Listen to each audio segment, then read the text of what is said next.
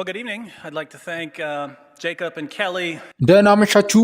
ጃኮብን፣ ኬሊን፣ ሙስጠፋን፣ ሳጅድን፣ የሙስሊም ተማሪዎች ማህበርን፣ ኢግናይት ቤተክርስቲያንን፣ ካይ አልፋን፣ ክሩን፣ ኢንተርቫርሲቲን እና ናቪጌተርን ዛሬ ምሽት ክርክራችንን ስላዘጋጁ እንዲሁም ቤትኤል ቤተክርስቲያንን ስላስተናገዱን ማመስገን እፈልጋለሁ። ባለፉት ጥቂት አስርተ ዓመታት በአሜሪካ ውስጥ እየተስፋፋ የመጣ የሚያሳዝን ዝንባሌ አለ።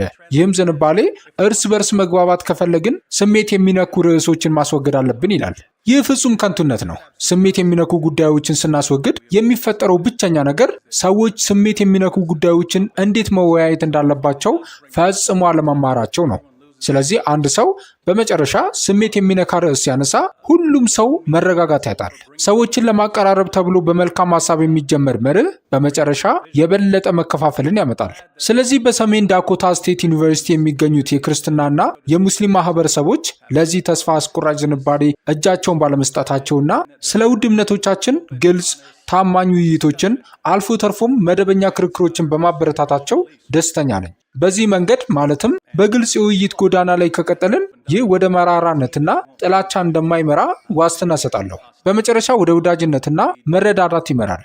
ካፈራኋቸው ምርጥ ጓደኞቼ መካከል የ14 ዓመት ባለቤቴን ጨምሮ በተገናኘንበት ወቅት በከፍተኛ ሁኔታ የተከራከርንባቸው ሰዎች ናቸው። በተጨማሪም ጓደኛዬን ሻቢርን በሰባተኛው ክርክራችን የሙስሊሙን አቋም በመወከሉ ላመሰግነው እወዳለሁ። ሻቢር ከዓመታት በፊት ክርክር እንድጀምር ካደረጉኝ ሰዎች አንዱ ነው። እኔ ሻቢርን እንዲሁም የእርሱን መካሪ ዶክተር ጀማል ባዳዊን የክርስትናን ከፍተኛ ተሟጋቾች ሲሞግቱ እመለከታቸው ነበር። እዚያ ቁጭ ብዬ ሳያቸው እድሉ ቢሰጠኝ ለክርክራቸው እንዴት ምላሽ እንደምሰጥ አስብ ነበር። ስለዚህ ከሻቢር ጋር እነዚህን የሐሳብ ልውውጦች ማድረግ ክብር ነው።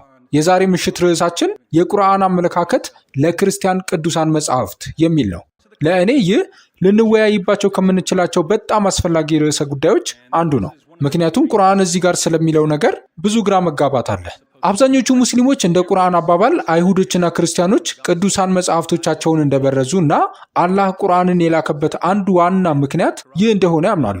ቁርአን በአይሁዶችና በክርስቲያኖች አማካኝነት በተውራትና በኢንጂል ወይም ወንጌል ውስጥ የገቡትን ስህተቶች ለማረም የመጣ እንደሆነ ይታሰባል። ነገር ግን ይህ በቀላሉ ተረት ብቻ ነው። ቁርአን ተውራትና ኢንጂል ከእንግዲህ እምነት የሚጣልባቸው አይደሉም የሚል ፍንጭ እንኳን አይሰጥም። ይህንን የምናገረው ዶክተር ሻቢር አሊ ከእኔ በኋላ እንደሚናገር ሙሉ በሙሉ አውቄ ነው። እናም ቁርአን እዚህ ስለሚለው ነገር ተሳስቼ ከሆነ ተውራትና ኢንጂል መበረዛቸውን በግልጽ የሚናገሩትን ሁሉንም የቁርአን አንቀጾች በመጥቀስ በደንብ ያሳፍረኛል። እንግዲያውስ ቁርአን ተውራትና ኢንጂል ተበርዘዋል ካላለ የቁርአን አመለካከት ለክርስቲያን ቅዱሳን መጻሕፍት ምንድን ነው? በአጭሩ የቁርአን አቋም አላህ ወደ ተለያዩ የዓለም ክፍሎች ነቢያትን እንደላከና ለተለያዩ የሰዎች ስብስቦች መጽሐፍትን በመንፈስ እንደመራ ወይም እንዳወረደ ነው። እነዚህ ቅዱሳን መጽሐፍት ለተወረዱላቸው ወገኖች አስተማማኝና ስልጣን ያላቸው ናቸው። ከእነዚህ ወገኖች መካከል አንዳንዶቹ ለመጽሐፍቶቻቸው ይታዘዛሉ፣ ሌሎቹ ግን አይታዘዙም። እስከ 7ኛው ክፍለ ዘመን መጀመሪያ ድረስ አረቦች በራሳቸው ቋንቋ የተገለጠ መለኮታዊ ቃል አልነበራቸውም። ነገር ግን እነዚህ አረቦች አይሁዶችና ክርስቲያኖች ስለ ተውራትና ኢንጂል የሚናገሩትን በቀላሉ ማመን አልቻሉም። ምክንያቱም አንዳንድ አይሁዶችና ክርስቲያኖች መጽሐፍቶቻቸው የሚሉትን በተሳሳተ መንገድ ይተረጉማሉ እንዲሁም ይወክላሉ። ስለዚህ አረቦች በአረብኛ የተገለጠ መለኮታዊ ቃል ያስፈልጋቸው ነበር። አላህ መሐመድን የላከው ለዚህ ነው። አሁን አረቦች ቁርአን ስላላቸው ለራሳቸው ሊረዱት የሚችሉት የተገለጠ መጽሐፍ ስላላቸው በቁርአን ሊፈርዱ ይገባቸዋል። ሌሎች ወገኖች ደግሞ በራሳቸው መጽሐፍት ሊፈርዱ ይገባል። አይሁዶች በተውራት ሊፈርዱ ይገባል። ክርስቲያኖች በኢንጂል ሊፈርዱ ይገባል። ይህ የቁርአን አቋም ነው። እናም ብዙ ሙስሊሞች የቁርአን አቋም ነው ብለው ከሚነግሩኝ በጣም የተለየ ነው። ስለዚህ ለዚህ ሁሉ የእኔን ቃል ብቻ አትቀበሉ። ወደ ቁርአን እንሂድና ስለ ክርስቲያን ቅዱሳን መጽሐፍት እውነተኛውን እስላማዊ አመለካከት የተሟላ ምስል ማግኘት እንችል እንደሆነ እንይ። እሺ፣ በሱራ 16 አንቀጽ 36 ላይ አላህ እንዲህ ይላል፣ በየህዝቡም ሁሉ ውስጥ አላህን ተገዙ፣ ጣዖትን ራቁ በማለት መልእክተኛን በርግጥ ልከናል። ስለዚህ ለእያንዳንዱ ህዝብ መልእክተኛ ተልኳል። አረቦች መመሪያን በመቀበል ረገድ የመጨረሻዎቹ ነበሩ። መሐመድ የነቢያት መደምደሚያ የሆነው ለዚህ ነው። መሐመድን ጨምሮ በቁርአን ውስጥ በስማቸው የተጠቀሱ 25 ያህል ነቢያት አሉ። በምዕራፍ 3 አንቀጽ 84 ላይ አንዳንድ ምሳሌዎችን እናገኛለን። በአላህና በእኛ ላይ በተወረደው በኢብራሂምም በኢስማኤልም በይስሐቅም በያዕቆብም በነገዶቹም ላይ በተወረደው ለሙሳና ለኢሳም ለነቢያትም ሁሉ ከጌታቸው በተሰጠው አመንን። ከእነርሱ በአንድም መካከል አንለይም፣ እኛ ለእርሱ ታዛዦች ነን በል። ስለዚህ ሙስሊሞች ለእግዚአብሔር ነቢያትና መልእክተኞች ሁሉ በተሰጡት መገለጦች ሁሉ እንዲያምኑ ይጠበቅባቸዋል። ነገር ግን አላህ ነቢያትን ብቻ አይደለም የላከው፣ መጽሐፍትንም በመንፈስ መርቷል። ለምሳሌ በሱራ 3 ከአንቀጽ 3 እስከ 4 ከቁርአን በተጨማሪ ተውራትና ኢንጂል በአላህ የተወረዱ መሆናቸውን እናገኛለን። ያንን ከፊቱ ያለውን መጽሐፍ አረጋጋጭ ሲሆን መጽሐፉን ወይም ቁርአንን በአንተ ላይ በእውነት አወረደ። ተውራትንና ኢንጂልንም አወረደ። ከዚያ በፊት ለሰዎች መሪ አድርጎ አወረዳቸው። መለያውንም ወይም ፉርቃንን አወረደ። ስለዚህ ተውራትና ኢንጂል ለሰው ልጆች መመሪያ ሆነው ተሰጥተዋል። ታዲያ ምን ተፈጠረ? አይሁዶች ተውራትን በረዙትን? ክርስቲያኖች ኢንጂልን በረዙትን? እንደ ቁርአን አባባል አይደለም። ቁርአን መሐመድ በአረቢያ ይሰብክ በነበረበት በ7ኛው ክፍለ ዘመን አይሁዶችና ክርስቲያኖች አሁንም ተውራትና ኢንጂል እንደነበራቸው ይናገራል። ቁርአን የተውራትንና የኢንጂልን ተጠብቆ መቆየት በተለያዩ መንገዶች ያረጋግጣል። አንዳንዶቹ በትርጉም ውስጥ በጣም ግልጽ አይደሉም። እዚህም ቢሆን በሱራ 3 አንቀጽ 3 እና 4 ላይ የተውራትና የኢንጂል መውረድ በግልጽ ቢረጋገጥም ተጠብቀው መቆየታቸው በትርጉም ውስጥ በተወሰነ መልኩ ድንግዝግዝ ያለ ነው። ቁርአን ከእርሱ በፊት ያለውን የሚያረጋግጥ እንደሆነ ይነገራል። አሁን ይህ ማለት በጊዜ ረገድ ከእርሱ በፊት ያለውን ማረጋገጥ ማለት ነው? ስለዚህ ቁርአን እያለ ያለው ተውራትና ኢንጂል በሆነ ወቅት ላይ አስተማማኝ ነበሩ፣ ነገር ግን ቁርአን በሚወርድበት ጊዜ የግድ አስተማማኝ ናቸው ማለት አይቻልም ነው? ወይስ ይህ ከዚያ የበለጠ ትርጉም አለው? እዚህ ጋር ከእርሱ በፊት ተብሎ የተተረጎመው የአረብኛ ሐረግ በይነ አደይሂ፣ ትርጉሙም ቃል በቃል በእጆቹ መካከል ማለት ነው። እንደ ፈሊጣዊ አነጋገር ደግሞ በፊቱ ወይም በእጁ ላይ ያለ ማለት ነው። ስለዚህ ቁርአን ከረጅም ጊዜ በፊት የጠፉ መጽሐፍትን ብቻ እያረጋገጠ አይደለም። ቁርአን መሐመድ በአረቢያ በሚሰብክበት ጊዜ አሁንም ያሉ መጽሐፍትን እያረጋገጠ ነው። ቁርአን ይህ መጽሐፍ ስለጠፉ መጽሐፍት ሳይሆን አሁንም ስላሉ መጽሐፍት እያወራ መሆኑን ለማሳየት ይህንን ሐረግ ደጋግሞ ይጠቀማል። ለምሳሌ ሱራ 6 አንቀጽ 92 ይህም ቁርአን ያንን በፊቱ ያለውን ወይም በይነ የደይህ አረጋጋጭ ሲሆን ያወረድነው ብሩክ መጽሐፍ ነው ይላል። ሱራ 10 አንቀጽ 37 ይህም ቁርአን ከአላህ ሌላ ካለ አካል የተገኘ ሊሆን አይገባውም፣ ግን ያንን በፊቱ ያለውን መጽሐፍ የሚያረጋግጥ ነው ይላል። ይህም ስለ ቀደሙት መጽሐፍት እያወራ ነው። ሱራ 35 አንቀጽ 31 ከመጽሐፉም ወደ አንተ ያወረድነው እርሱ በፊቱ ያለውን መጽሐፍ አረጋጋጭ ሲሆን እውነት ነው ይላል። ሱራ 46 አንቀጽ 30 ሕዝቦቻችን ሆይ እኛ ከሙሳ በኋላ የተወረደውን በፊቱ ያለውን መጽሐፍ የሚያረጋግጥ መጽሐፍ ሰማን አሉ ይላል። አላህ እንዲህ እያለ ያለ ይመስላል። አሁን በእጃችሁ ስላሉት ቁርአን በሚወርድበት ጊዜ አሁንም ስለሚገኙት መጽሐፍት እያወራሁ መሆኔን እንዴት የበለጠ ግልጽ ላድርግላችሁ። ስለዚህ ቁርአን አሁንም ያሉትን መጽሐፍት እያረጋገጠ ስለሆነ ቁርአን የ7ኛው ክፍለ ዘመን አይሁዶችና ክርስቲያኖች አሁንም ተውራትና ኢንጂል እንዳላቸውና አሁንም እያነበቡት መሆኑን አጥብቆ መናገሩ ሊያስደንቀን አይገባም። ሱራ 7 አንቀጽ 157 እነዚያን ያንን መልእክተኛ የማይጽፍና የማያነብ ነቢይ የሚከተሉትን ያንን እርሱ ዘንድ በተውራትና በኢንጂል ተጽፎ የሚያገኙትን ይከተላሉ። እነዚያ እነርሱ ፍላጎቶቻቸውን የሚያገኙ ናቸው ይላል። መሐመድን በተውራትና በኢንጂል ተጽፎ ማግኘት። አሁንም ተውራትና ኢንጂል ከሌሉም በስተቀር ይህ አይቻልም።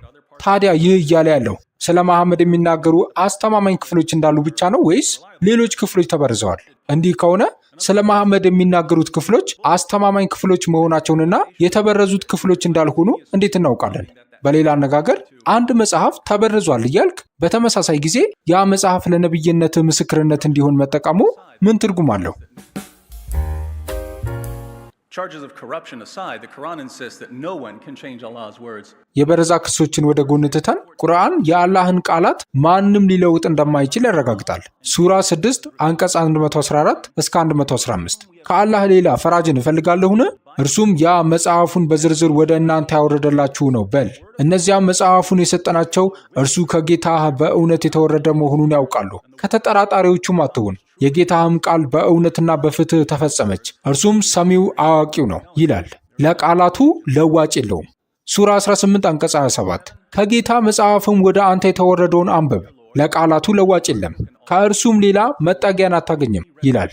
ስለዚህ እንደ ቁርአን አባባል አይሁዶች ተውራትን ሊበርዙ ይችላሉ፣ ክርስቲያኖች ተውራትን ሊበርዙ ይችላሉ፣ ሐዋርያው ጳውሎስ ተውራትን ወይም ኢንጂልን ሊበርዝ ይችላል። ማንም እነዚህን ቅዱሳት መጻሕፍት ሊበርዝ አይችልም። አሁን እነዚህን ጥቅሶች በተሳሳተ መንገድ እየተረጎምኩ እንደሆነ የሚያስብ ካለ በእስልምና መሐመድ የቁርአን ታላቅ ተርጓሚ ተደርጎ እንደሚቆጠርና መሐመድ ደግሞ አይሁዶችና ክርስቲያኖች ከእግዚአብሔር ዘንድ አስተማማኝ ቅዱሳን መጽሐፍት እንዳላቸው በእርግጠኝነት ያምን እንደነበር መጠቆም አለብኝ። ሱነን አቡ ዳውድ 4449 እዚህ ጋር አንዳንድ አይሁዶች በመሐመድ ፊት ክርክር ላይ ናቸው እና የሆነው ይኸው ነው። ለአላህ መልእክተኛ ትራስ አዘጋጅለትና በእርሱ ላይ ተቀመጠ። ከዚያም ተውራትን አምጡልኝ አለ። መጣችለት። ትራሱን ከስሩ አውጥቶ ተውራቱን በላዩ ላይ አኖረና በአንተና አንተን ባወረደው አምናለሁ አለ። ይህ ከ2000 ዓመታት በፊት ስለነበረው የመጀመሪያው የተውራት መውረድ ከማረጋገጥ በላይ ይሄዳል። መሐመድ በሰባተኛው ክፍለ ዘመን ከአይሁዶች ጋር ያለውን ተውራት የእግዚአብሔር ቃል መሆኑን እያረጋገጠ ነው። ነገር ግን አስተማማኝ ቅዱሳን መጻሕፍት የነበራቸው አይሁዶች ብቻ አልነበሩም። ጃሚ አት-ቲርሚዚ 2653 ከነብዩ ጋር ነበርን።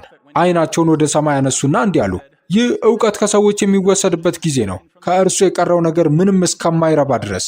ስለዚህ ዚያድ ቢን ለቢድ አልአንሳሪ ቁርአንን እያነበብን እንዴት ከኛ ይወሰዳል? በአላህ ይሁንብኝ፣ እኛ እናነባዋለን፣ ሴቶቻችንና ልጆቻችን ያነቡታል አለ።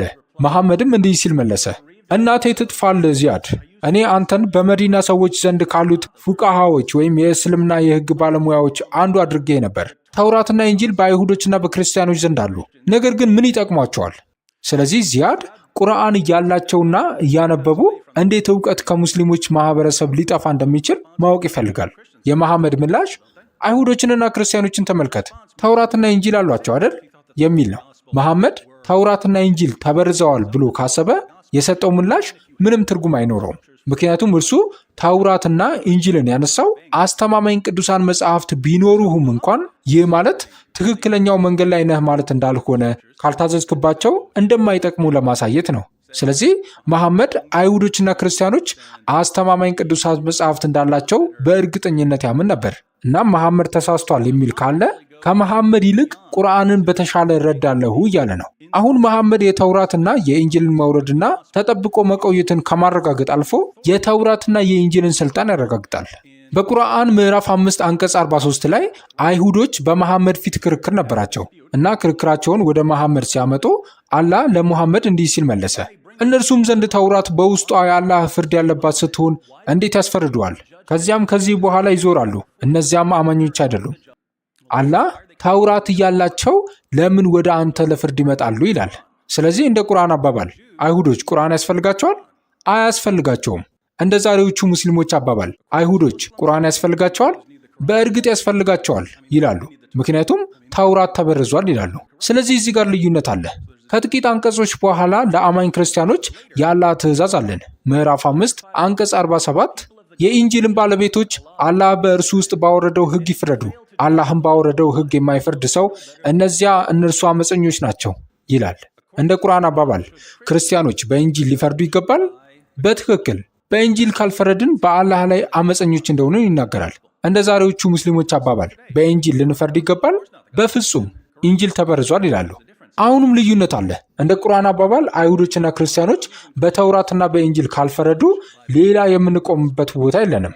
ምዕራፍ 5 አንቀጽ 68 ላይ አላህ መሐመድን እንዲህ እንዲል ያዘዋል፣ በላቸው የመጽሐፉ ሰዎች ሆይ ተውራትንና ኢንጂልን ከጌታችሁም ወደ እናንተ የተወረደውን መጽሐፍ እስከምታቆሙ ወይም እስክትሰሩበት ድረስ በምንም ላይ አይደላችሁም ወይም መሰረት የላችሁም።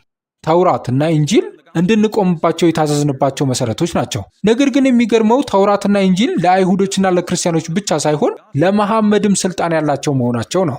በቁርአን ምዕራፍ 10 ላይ መሐመድ አንዳንድ ጥርጣሬዎች ነበሩት እና አላህ ጥርጣሬዎችን እንዴት መያዝ እንዳለበት ይነግረዋል። ምዕራፍ 10 አንቀጽ 94 ወደ አንተም ባወረድነው በመጠራጠር ውስጥ ብትሆን እነዚያን ከአንተ በፊት መጽሐፉን የሚያነቡትን ጠይቅ፣ እውነቱ በእርግጥ ከጌታ ዘንድ መጥቶልሃል፣ ከተጠራጣሪዎቹም አትሁን ይላል። ስለዚህ መሐመድ ሆይ እነዚህ መገለጦች እውነት መሆናቸውን ከተጠራጠርክ ለማረጋገጥ ወደ መጽሐፉ ሰዎች ሂድ ይለዋል። አይሁዶችና ክርስቲያኖች የተበረዙ መጽሐፍት ካሏቸው ይህ ምን ትርጉም ይኖረዋል? የመሐመድ መገለጦች ከተበረዙ መጽሐፍት ጋር ሊጣጣሙ የሚችሉት ቁርአንም የተበረዘ ከሆነ ብቻ ነው። ቁርአን የተበረዘ ነው ብዬ እንዳስብ የሚፈልግ ሙስሊም ደግሞ አጋጥሞኝ አያውቅም። ስለዚህ ይህ የሚያሳየው አይሁዶችና ክርስቲያኖች አስተማማኝ ቅዱሳን መጽሐፍት እንዳሏቸው ነው። ታዲያ ተውራትና ኢንጂል በመንፈስ የተመሩ ተጠብቀው የቆዩና ስልጣን ያላቸው የእግዚአብሔር ቃል ከሆኑ አላህ ለምን ቁርአንን ላከ? ራሱ ይነግረናል። ሱራ 46 አንቀጽ 12 ከእርሱም በፊት የሙሳ መጽሐፍ መሪና እዝነት ሲሆን ነበረ። ይህም ወይም ቁርአን እነዚያን የበደሉትን ሊያስፈራራ ለበጎ ሰሪዎችን ብስራት ሊሆን በአረብኛ ቋንቋ የሆነ አረጋጋጭ መጽሐፍ ነው ይላል። ስለዚህ ቁርአን ተውራትን በአረብኛ ያረጋግጣል። ለምን አረብኛ? አረቦች ሊረዱት የሚችሉት መገለጥ እንዲኖራቸውና መሐመድ የመካንና የአረቢያን ሕዝብ እንዲያስጠነቅቅ ነው። ሱራ 42 አንቀጽ 7 እንደዚሁም የከተሞችን እናት ወይም መካንና በዙሪያዋ ያሉትን ልታስፈራራበት በእርሱም ጥርጣሬ የሌለበትን የመሰብሰቢያ ቀን ልታስፈራራበት በአረብኛ ቁርአንን ወደ አንተ አወረድ ነው። ከፊሉም በገነት ነው፣ ከፊሉም በሚነድ እሳት ውስጥ ነው ይላል። የከተሞችን እናት ልታስፈራራበት። ስለዚህ የቁርአን ዓላማ ይህ ነው፣ መካንና በዙሪያዋ ያሉትን ሰዎች እንድታስጠነቅቅበት። አላህ በአረብኛ መልእክት ነቢይን ባይልክ ኖሮ አረቦች በፍርድ ቀን ሰበብ ይኖራቸው ነበር። ስለዚህ እዚህ እናነባለን ሱራ 6 ከአንቀጽ 155 እስከ 157 ይህም ወይም ቁርአን ያወረድነው ብሩክ መጽሐፍ ነው፣ ተከተሉትም ትታዘዙትም ዘንድ አላህን ፍሩ። መጽሐፉ የተወረደው ከእኛ በፊት በነበሩት በሁለቱ ጭፍሮች ወይም በአይሁዶችና ክርስቲያኖች ላይ ብቻ ነው። እኛም እነሱ ከሚያነቡት በእርግጥ ዘንጊዎች ነበርን እንዳትሉ፣ ወይም እኛ መጽሐፍ በወረደልን ኖሮ ከእነርሱ ይበልጥ ቅኖች በሆንን ነበር እንዳትሉ አውረድ ነው። ስለዚህ ቁርአን የወረደው አረቦች በፍርድ ቀን ሰበብ እንዳይኖራቸው ነው። አሁን ይህ የሚገርም ነው፣ ምክንያቱም ሙስሊም ጓደኞቼ ቁርአን አሁን ለሁሉም ሰው የሚሆን መጽሐፍ እንደሆነና ልንረዳው የምንችለው በአረብኛ ብቻ እንደሆነ ይነግሩኛል። አሁን ቁርአን እንደ ራሱ አባባል የወረደበት ምክንያት አንድ የተወሰኑ የሰዎች ስብስብ በራሳቸው ቋንቋ መገለጥ እንዲኖራቸውና በራሳቸው ቋንቋ እንዲረዱት ከሆነ ይህ መጽሐፍ ቋንቋውን ለማይረዱና ሊረዱት ለማይችሉ ሰዎች ሁሉ የሚሆን መጽሐፍ ነው ማለት ምን ትርጉም ይኖረዋል? ስለዚህ የቁርአን አመለካከት ስለ ራሱም ሆነ ስለ አይሁድና ክርስቲያን ቅዱሳን መጽሐፍት ዛሬ በብዙ ሙስሊሞች ዘንድ ከማገኘው በጣም የተለየ ነው። አሁን በመክፈቻ ንግግር ውስጥ ማካተት የሚችለው ይህን ያህል ብቻ ነው። ጊዜ ሊያልቅ ነው። ነገር ግን ይህ ክርክር ወደፊት ሲሄድ ልንመለከታቸው የሚገቡ ጥቂት ተጨማሪ ጉዳዮች አሉ። ለምሳሌ በቁርአን ውስጥ አይሁዶች በተውራት ውስጥ ያለውን ደብቀዋል ወይም ስለ መሐመድ የተሰጠው መግለጫ አጭበርብረዋልና ከእግዚአብሔር ዘንድ ነው ብለዋል ተብለው የሚከሰሱባቸው በርካታ ጥቅሶች አሉ። አንዳንድ ሙስሊሞች እነዚህ ጥቅሶች ስለ ተውራት መበረዝ እያወሩ እንደሆነ ያስባሉ። ስለዚህ እነዚያን ልንመለከታቸው እንችላለን። ደግሞም ብዙ ሙስሊሞች ወንጌል ወይም ኢንጂል ኢየሱስ ለተከታዮቹ ያስረከበው መጽሐፍ እንደሆነ ያምናሉ። ኢየሱስ ለተከታዮቹ መጽሐፍ አላስረከበም፣ ነገር ግን ብዙ ሰዎች እንዳስረከበ ያስባሉ። ስለዚህ ያንን ልናነሳው እንችላለን። በመጨረሻም ቁርአን በሰባተኛው ክፍለ ዘመን የአራቱን የአዲስ ኪዳን ወንጌላት ስብስብ የሚያመለክተውን የወንጌልን ወይም የኢንጂልን መውረድ መጠበቅና ስልጣን ስለሚያረጋግጥ እንደ የጳውሎስ መልእክቶች ያሉ ሌሎች የአዲስ ኪዳን መጽሐፍት ደረጃ ምን እንደሆነ ጥያቄ ይነሳል። ሻቢር በየትኛው አቅጣጫ መሄድ እንዳለብን ሊወስን ይችላል። ነገር ግን ንግግሬን በሜልበርን ዩኒቨርሲቲ የአረብና እስላማዊ ጥናት ፕሮፌሰር የሆኑት አብዱላ ሰኢድ በጻፉት ጥቅስ አበቃለሁ። የአይሁዶችና የክርስቲያኖች በሕግ የጸደቁ ቅዱሳን መጽሐፍት ዛሬም በነቢዩ ዘመን እንደነበሩት ሆኖ በመቀጠላቸው ቁርአን ስለ ተውራትና ኢንጂል በሚሰጣቸው ማጣቀሻዎች በሙሳና በኢሳ ዘመን ስለነበረው ንጹህ ተውራትና ኢንጂል ብቻ ነበር ብሎ መከራከር አስቸጋሪ ነው። ጽሑፎቹ በሰባተኛው ክፍለ ዘመን እንደነበሩት ሆነው ከቀጠሉ ቁርአን በዚያን ጊዜ ያሳያቸውን አክብሮት ዛሬም ሊቀጥል ይገባል። ከታባሪ እስከ ራዚ፣ ከኢብኑ ተይሚያ እስከ ቁርጡቢ ያሉ በርካታ የቁርአን ተርጓሚዎች ይህንን አመለካከት ለመጋራት ያዘነበሉ ይመስላሉ። በዘመናዊው ዘመን በብዙ ሙስሊሞች ዘንድ ለአይሁድና ለክርስትና ቅዱሳን መጽሐፍት ያለው ጠቅላላ ንቀታዊ አመለካከት በቁርአንም ሆነ በታላላቅ የተፍሲር ምሁራን ዘንድ ድጋፍ ያለው አይመስልም።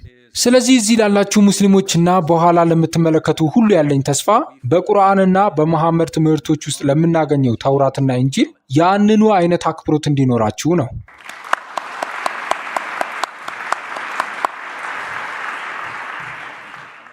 Hello everyone. I begin by praising and thanking our creator and fashioner. I ask him to send peace and blessings upon all of his prophets and messengers. ሰላም ለሁላችሁ ይሁን። ፈጣሪያችንንና አስገኛችንን በማመስገንና በማወደስ ጀምራለሁ። በነቢያቱና በመልእክተኞቹ ሁሉ ላይ ሰላምና በረከት እንዲወርድ ጠይቃለሁ።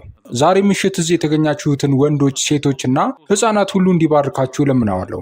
እናንተንም ሆነ የምትወዷቸውን ይባርካችሁ። በዚህ ህይወት ደስታንና ብልጽግናን፣ በሚመጣው ዓለም ደግሞ በእርሱ እዝነት መመሪያና ፍቅር ጥላ ስር ዘላለማዊ ደስታን እንዲሰጠን እጠይቃለሁ። እኔ እዚህ እንድገኝና ይህ ሁሉ እንዲሳካ ላደረጉት ሰዎች ሁሉ ምስጋና ማቅረብ እፈልጋለሁ። ይህንን ዝግጅት እዚህ ስላስተናገዱ ጃኮብንና ፓስተር ዮናስን እንዲሁም የዚህም ቤተ ክርስቲያን አስተዳዳሪዎች ሁሉ ማመስገን እፈልጋለሁ። እንዲህ ባለ ውብ በጥሩ ሁኔታ በተቀረጸ ሰፊና አየር በተሞላበት ቤተ ክርስቲያን ውስጥ ንግግር በማድረጌ ክብር ይሰማኛል። ከሙስሊሙ ማህበረሰብ ደግሞ እኔን የጋበዘኝን ሙስጠፋንና እኔን እዚህ ለማምጣት ለደከሙት ከሙስሊም ተማሪዎች ማህበር ለሆነው ሳጂድ ምስጋና ይድረሳቸው። ዴቪድ ይህንን መድረክ ከእኔ ጋር ስለተጋራና ስለ እኔ እንዲሁም በእንደዚህ አይነት ውይይቶች ላይ ስላለኝ ተሳትፎ ደግ ቃላት ስለተናገረ ማመስገን እፈልጋለሁ። እናንተም ሀሳባችንን የምናንጸባርቅበትን እንዲህ ያለ ድባብ ስለፈጠራችሁልንና ስለመጣችሁ አመሰግናለሁ። ቀጥታ ወደ አቀራረቤና ቁርአን ስለ ክርስቲያን ቅዱሳን መጻሕፍት ምን ይላል፣ የቁርአን አመለካከት ምንድን ነው ወደሚለው ርዕስ እገባለሁ። ዛሬ ምሽት በወዳጅነት መንፈስ ሀሳባችንን እንድንለዋወጥ እፈልጋለሁ። በመጋጨት ሳይሆን ጉዳዩን ለመረዳት እንሞክር። ዴቪድ ግሩም አቀራረብ አቅርቧል። እኔ በዚያው መስመር መቀጠል እፈልጋለሁ። ምንም እንኳን በቁመት በውበት ወይም በንግግር ቅልጥፍና እሱን መወዳደር ባልችልም። አሁን ለመቀጠል እዚህ ፋርጎ በሚገኘው ቤተ ክርስቲያን ድረገጽ ላይ ያገኘሁትን አንድ ጥቅስ ላስታውሳችሁ። ብሉይና አዲስ ኪዳን የሆኑት ቅዱሳን መጻሕፍት በመጀመሪያዎቹ ጽሑፎች ውስጥ ምንም ስህተት የሌለባቸው የአምላክ በመንፈስ የተመሩ ቃላት መሆናቸውን እናምናለን። አሁን ሙስሊሞችና ክርስቲያኖች በዚህ ርዕስ ላይ ስንነጋገር እንኳን የሚያመሳስለን ነገር እንዳለ ልነግራችሁ እወዳለሁ። ምክንያቱም በመጨረሻው ላይ በመጀመሪያዎቹ ጽሑፎች የሚለውን ትኩረት የሚስብ አረፍተ ነገር ልብ በሉ። ብዙ ክርስቲያኖች በዚህ መንገድ ይናገራሉ። ምክንያቱም ዛሬ በእጃችን ባሉ መጽሐፍ ቅዱሶች ውስጥ ምናልባት ስህተቶች ሊኖሩ እንደሚችሉ አንዳንድ ጊዜ ስለሚታወቅ ነው። ነገር ግን የክርስቲያኖች ማረጋገጫ አሁን የመጀመሪያዎቹ ጽሑፎች ያለ ስህተት ናቸው የሚል ነው። እንደ እውነቱ ከሆነ ሙስሊሞችም ተመሳሳይ ነገር እያሉ ነው። ሙስሊሞች ስለ ተውራትና ኢንጂል ሲናገሩ፣ እንዲሁም ቁርአን ስለ ተውራትና ኢንጂል ሲናገር ሙስሊሞች የሚያምኑትና ቁርአን ስለ እነርሱ የሚናገረው እንደ ንጹሕ ቅዱሳን መጽሐፍት ነው። ይህም ብዙ ጊዜ በእጃችን ያሉትን ሳይሆን በመጀመሪያዎቹ የነበሩትን ተውራትና ኢንጂል የሚያመለክት ነው። ልዩነቱ እዚህ ላይ ነው።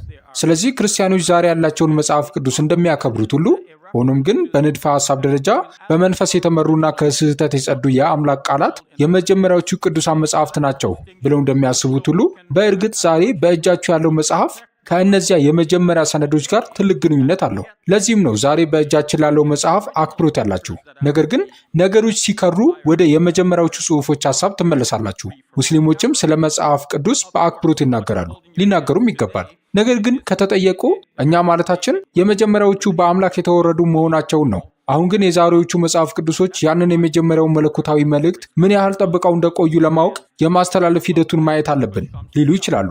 ይህንን መመሳሰል ካየን በኋላ በእስልምና ጥናት ውስጥ ትልቅ ለውጥ ያመጣ ብዬ የማምንበትን አንድ አስደሳች መጽሐፍ ልለፍ። ለረጅም ጊዜ ብዙ ምሁራን ዴቪድ ዛሬ የተናገረውን ተመሳሳይ ነገር ሲናገሩ ቆይተዋል። እንዲያውም ብዙዎቹ ስለተናገሩት አብዱላ ሰይድ እንኳን በእርሱ ተረድቷል። እኔ ራሴም ለተወሰነ ጊዜ ቁርአን በሚወርድበት ጊዜ የነበሩትን ተውራትና ወንጌል በጥቅሉ እያረጋገጠ ያለ ይመስላል ወደሚለው አቋም አዘንብዬ ነበር። ሆኖም ግን ሙስሊም ባይሆንም የዘመኑ የእስልምና ሃይማኖት ምሁር የሆነው ሲድኒ ግሪፊስ የጻፈው መጽሐፍና በአካዳሚክ መጽሔቶች ላይ ያሳተማቸው በርካታ ጽሑፎች ሁለት ነገሮችን ይናገራሉ። የመጽሐፉ ርዕስ መጽሐፍ ቅዱስ በአረብኛ ወይም ዘ ባይብል ኢን አረቢክ ይባላል። እርሱ ሁለት ነገሮችን ይናገራል። አንደኛው እንደ ቁርአን አባባል መጽሐፍ ቅዱስ ተለውጧል።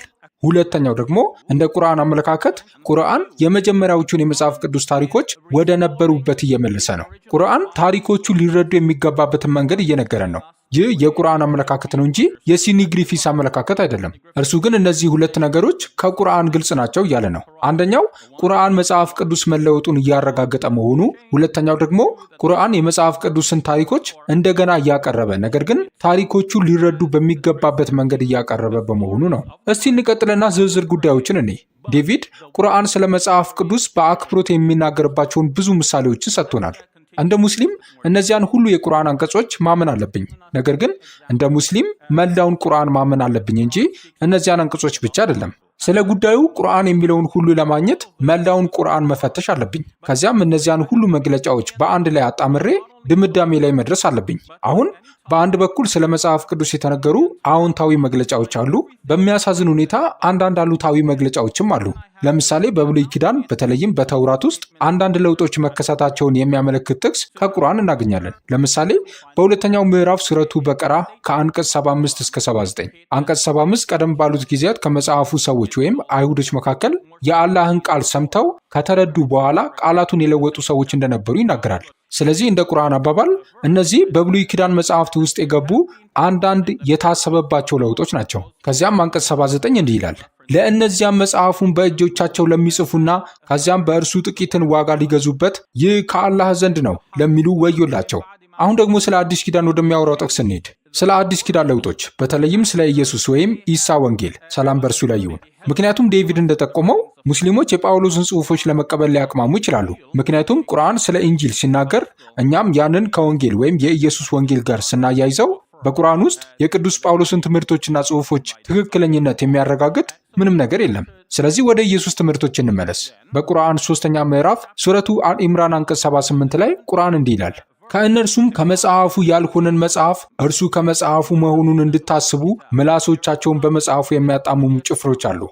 አሁን አንድ ሰው ይህ የተሳሳተ ንባብን ብቻ የሚያመለክት ነው ብሎ ሊያስብ ይችላል። ነገር ግን እዚህ ጋር መጥቀስ ያለባቸው ሁለት ጉዳዮች አሉ። አንደኛው በእርግጥም በብሉይ ኪዳንም ሆነ በአዲስ ኪዳን ንባብ ውስጥ አንዳንድ የትርጓሜ ሂደቶች ይገባሉ። የቀድሞዎቹ የአዲስ ኪዳን የእጅ ጽሑፎች በቃላት መካከል ክፍተት ሳይኖር የተጻፉ ናቸው። በዕብራይስጥ የነበረው ብሉይ ኪዳንም እንዲሁ ነው። እናም አንድ ሰው በሚያነብበት ጊዜ በተመሳሳይ ሰዓት የትርጓሜ ችሎታ ሊኖረው ይገባል። ስለዚህ ንባብ ከትርጓሜ ጋር በጣም የተቆራኘ ነው። ዛሬ ግን የእንግሊዝኛው መጽሐፍ ቅዱሳችንን ስናነብ መጀመሪያ እንደተጻፈው እናነባለን፣ ከዚያም መተርጎም እንጀምራለን። ነገር ግን በጥንቶቹ ቅዱሳት መጽሐፍት ውስጥ የምታነቡትን ቃል በትክክል ከመጥራታችሁ በፊት መተርጎም መጀመር አለባችሁ።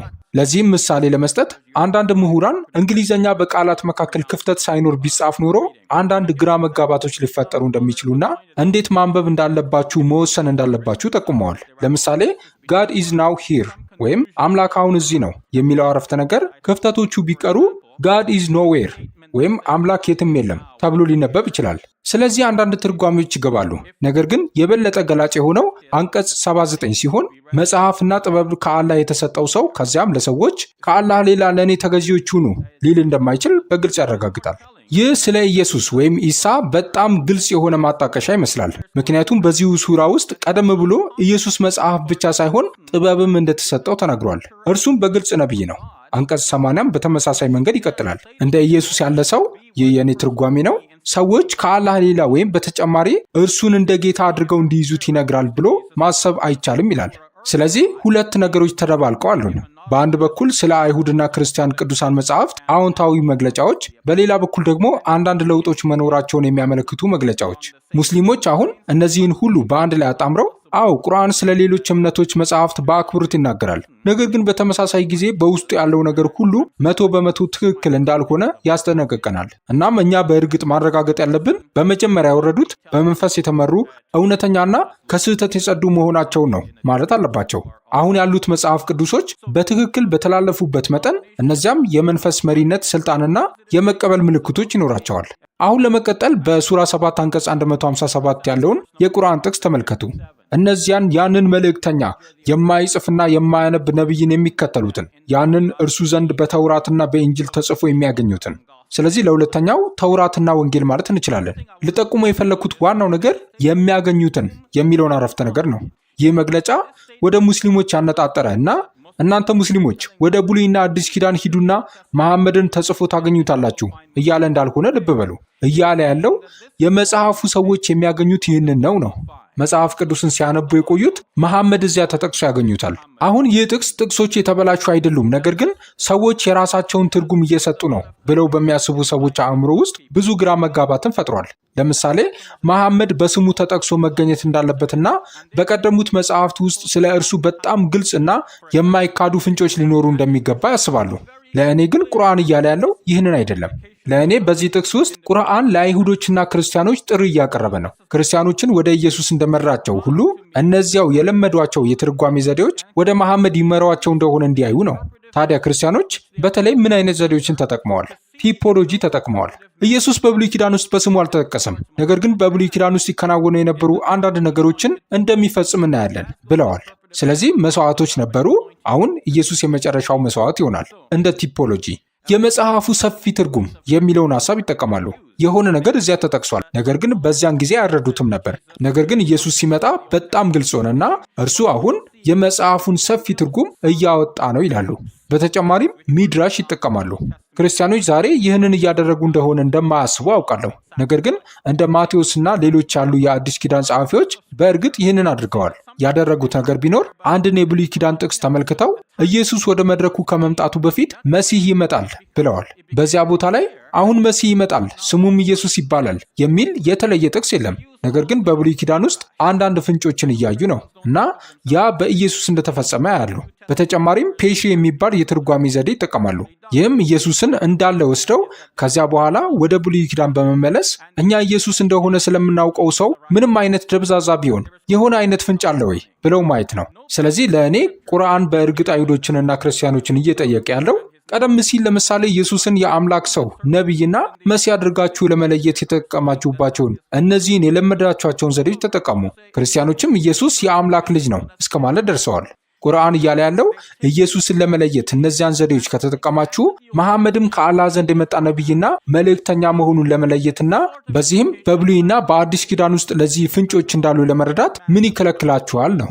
ጊዜ ካለን የዚህን ዝርዝር ሁኔታ እንመለከታለን። ነገር ግን አጭር መግለጫ ለመስጠት ያህል በተውራት ውስጥ ምን ይገኛል? ለምሳሌ በዘዳግም ምዕራፍ 18 ቁጥር 18 ላይ ከሙሴ በኋላ የሚመጣ ነቢይ ተጠቅሷል እና አንዳንድ የመጽሐፍ ቅዱስ ምሁራን ለምሳሌ በኒው ጀሮም የመጽሐፍ ቅዱስ ትርጓሜ ላይ ይህ ማለት ነቢይ በሚያስፈልግበት ጊዜ ሁሉ ነቢይ ይመጣል ማለት ነው ተብሏል። እንግዲህ አንድ ሰው የእስልምናን ታሪክ ቢመለከት የጃሂሊያ ወይም የድንቁርና ዘመን እንደነበረ ያያል። ከዚያም ነቢዩ መሐመድ ሰላም በእርሱ ላይ ይሁን በድንቁርና በጨለማ በጣዖት አምልኮና በክፉ ስራዎች ውስጥ ተዘፍቆ ለነበረው ሕዝብ የአላህን ብርሃንና መልእክት ለመስጠት በዚያ ተገቢ ጊዜ መጣ። አሁን በአዲስ ኪዳንም ፍንጮችን እናገኛለን። ምክንያቱም ኢየሱስ ሰላም በእርሱ ላይ ይሁን ከእርሱ በኋላ ስለሚመጣ ሰው ተናግሯል። መጥምቁ ዮሐንስ ከእርሱ በኋላ ስለሚመጣና ከእርሱ ስለሚበልጥ ሰው ተናግሯል። በአዲስ ኪዳን ውስጥ ደግሞ ኢየሱስ ራሱ መጥምቁ ዮሐንስ ከኢየሱስ እንደሚበልጥ መናገሩን እናስተውላለን። ክርስቲያኖች ይህንን ለመቀበል እንደሚከብዳቸው አውቃለሁ። ነገር ግን አዲስ ኪዳን በእርግጥ ኢየሱስ ይህንን ተናግሯል ነው የሚለው።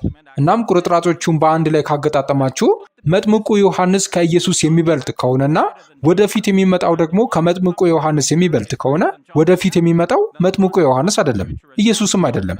ሀ ከለ የሚበልጥ ከሆነ ለ ደግሞ ከመ የሚበልጥ ከሆነ ስለዚህ ሀ ከመ ይበልጣል። ሀ ደግሞ ከመ ጋር እኩል አይደለም። ስለዚህ መጥምቁ ዮሐንስን እዚህ ጋር ለ ብንል ክርስቶስን መ ብንለው እና መጥምቁ ዮሐንስ ከእርሱ በኋላ ስለሚመጣው ወይም ሀ እንበለው ለጊዜው አህመድ ከሚለው ጋር ለማያያዝ እያወራ ከሆነ አህመድ ሀ ከመጥምቁ ዮሐንስ ለ ይበልጣል። መጥምቁ ዮሐንስ ለ ደግሞ ከክርስቶስ መ ይበልጣል። ስለዚህ ወደፊት የሚመጣው ያ አህመድ ክርስቶስ ሳይሆን ክርስቶስን የሚበልጥ ነው። የቀረኝ 2 ደቂቃ ብቻ ስለሆነ ይህንን ጨርሼ ልቀጥል። በመጨረሻም በዚህ ረገድ በተሳሳተ መንገድ እየተረዱ ያሉ አንዳንድ የቁርአን አንቀጾች እንዳሉ መጥቀስ እፈልጋለሁ። ዴቪድ አንዳንዶቹን ጠቅሷቸዋል፣ እኔም አስቀድሜ መዝግቢያቸዋለሁ። በሱራ 5 አንቀጽ 47 ላይ ክርስቲያኖች በኢንጂላቸው እንዲፈርዱ መጠየቃቸው ኢንጂል ለክርስቲያኖች የመጨረሻው መፍረጃ ነው ማለት አይደለም። በተጨማሪም በሁሉም ኢንጂል ፍረዱ እያለ አይደለም። በውስጡ ያለውን ሁሉ ተቀበሉ እያለ ሳይሆን አላህ በውስጡ ባወረደው ፍረዱ ነው የሚለው። ከዚያም አረፍተ ነገሩን ይቀጥላል። አላህ ባወረደው የማይፈርድ ሰው ይላል። አሁን ይህ በጣም አጠቃላይ ነው። ኢንጂልንና ተውራትን ሊያመለክት ይችላል። ነገር ግን ለእነርሱ እየወረደ ያለውን ቁርአንም ጨምሮ ነው።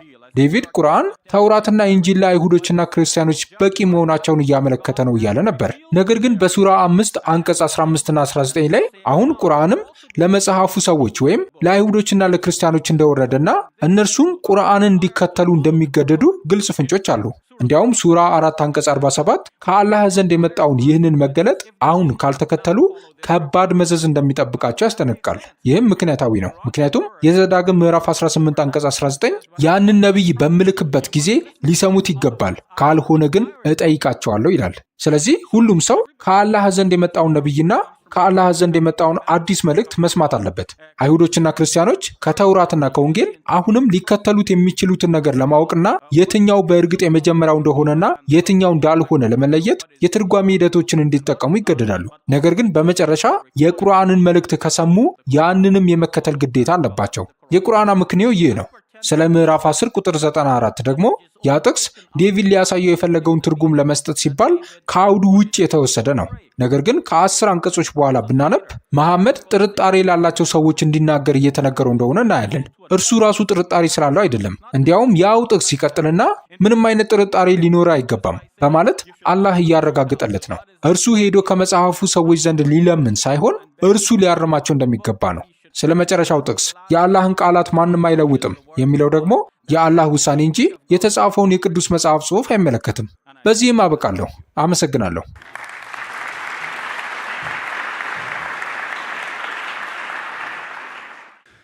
All right, thank you, Shabir. In my opening statement, I argued that the Quran affirms the inspiration, preservation, and authority of the Christian scriptures. I don't think there's any disagreement between... እሺ ሻቢር አመሰግናለሁ።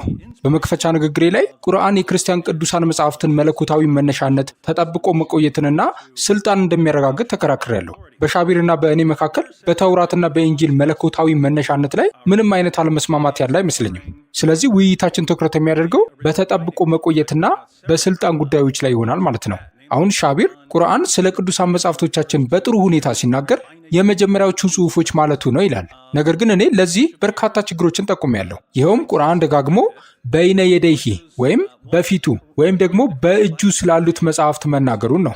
ሻቢር ሲድኒ ግሪፊዝን ጠቅሶ እርሱም አንደኛ እንደ ቁርአን አባባል መጽሐፍ ቅዱስ ተለውጧል፣ ሁለተኛ ቁርአን መጽሐፍ ቅዱስን ወደ ነበረበት እየመለሰ ነው ብሎ ይከራከራል ብሏል። ነገር ግን ከተናገረው ውጭ ምንም ማስረጃ አልሰጠንም። ስለዚህ እኔ ትኩረት የማደርገው ሻቢር ራሱ ባቀረበው ማስረጃ ላይ ይሆናል። አሁን ሻቢር በሱራ 2 ከአንቀጽ 75 እስከ 79 ያሉ ጥቅሶች እንደ ቁርአን አባባል መጽሐፍ ቅዱስ መለወጡን ያሳያሉ ብሎ ይከራከራል። እኔ ግን ይህንን ጥቅስ በጣም በተለየ መንገድ ነው የማነበው። ምክንያቱም ይህ ጥቅስ የተውራትና የኢንጂል መበረዝን ያመለክታል ብዬ በጭራሽ አላስብም። ስለ አንቀጽ 79 ማን ምን እንደሚጽፍ አይናገርም። ስለማን እያወራ እንደሆነ አይገልጽም። ከእርሱ በፊት ያለውን አንቀጽ 78ን ብትመለከቱ መጽሐፉን ስለማያውቁ ማንበብና መጻፍ ስለማይችሉ ወይም መሃይማን ሰዎች ይናገራል። በትምህርት ረገድ ያልሰለጠኑ በመሆናቸው እነዚህ ሰዎች ምን አይነት ጉዳት ሊያደርሱ እንደሚችሉ ግልጽ አይደለም። እነርሱ ባለስልጣናት አይደሉም። ዝም ብለው የሆነ ነገር ይቧጭራሉ። ምንድን ነው ይሄ? እንግዲህ ይህንን በአይሁዶች ላይ ለመጫንና አይሁዶችን እያመለከተ ነው ለማለት ወደ አንቀጽ 75 መመለስ አለባችሁ። እዚያም ሰዎች ቃላቱን እያጣመሙና እያዛቡ እንደሆነ እናገኛለን። ጽሑፉን በትክክል ስለመበረዝ ምንም የሚለው ነገር የለም።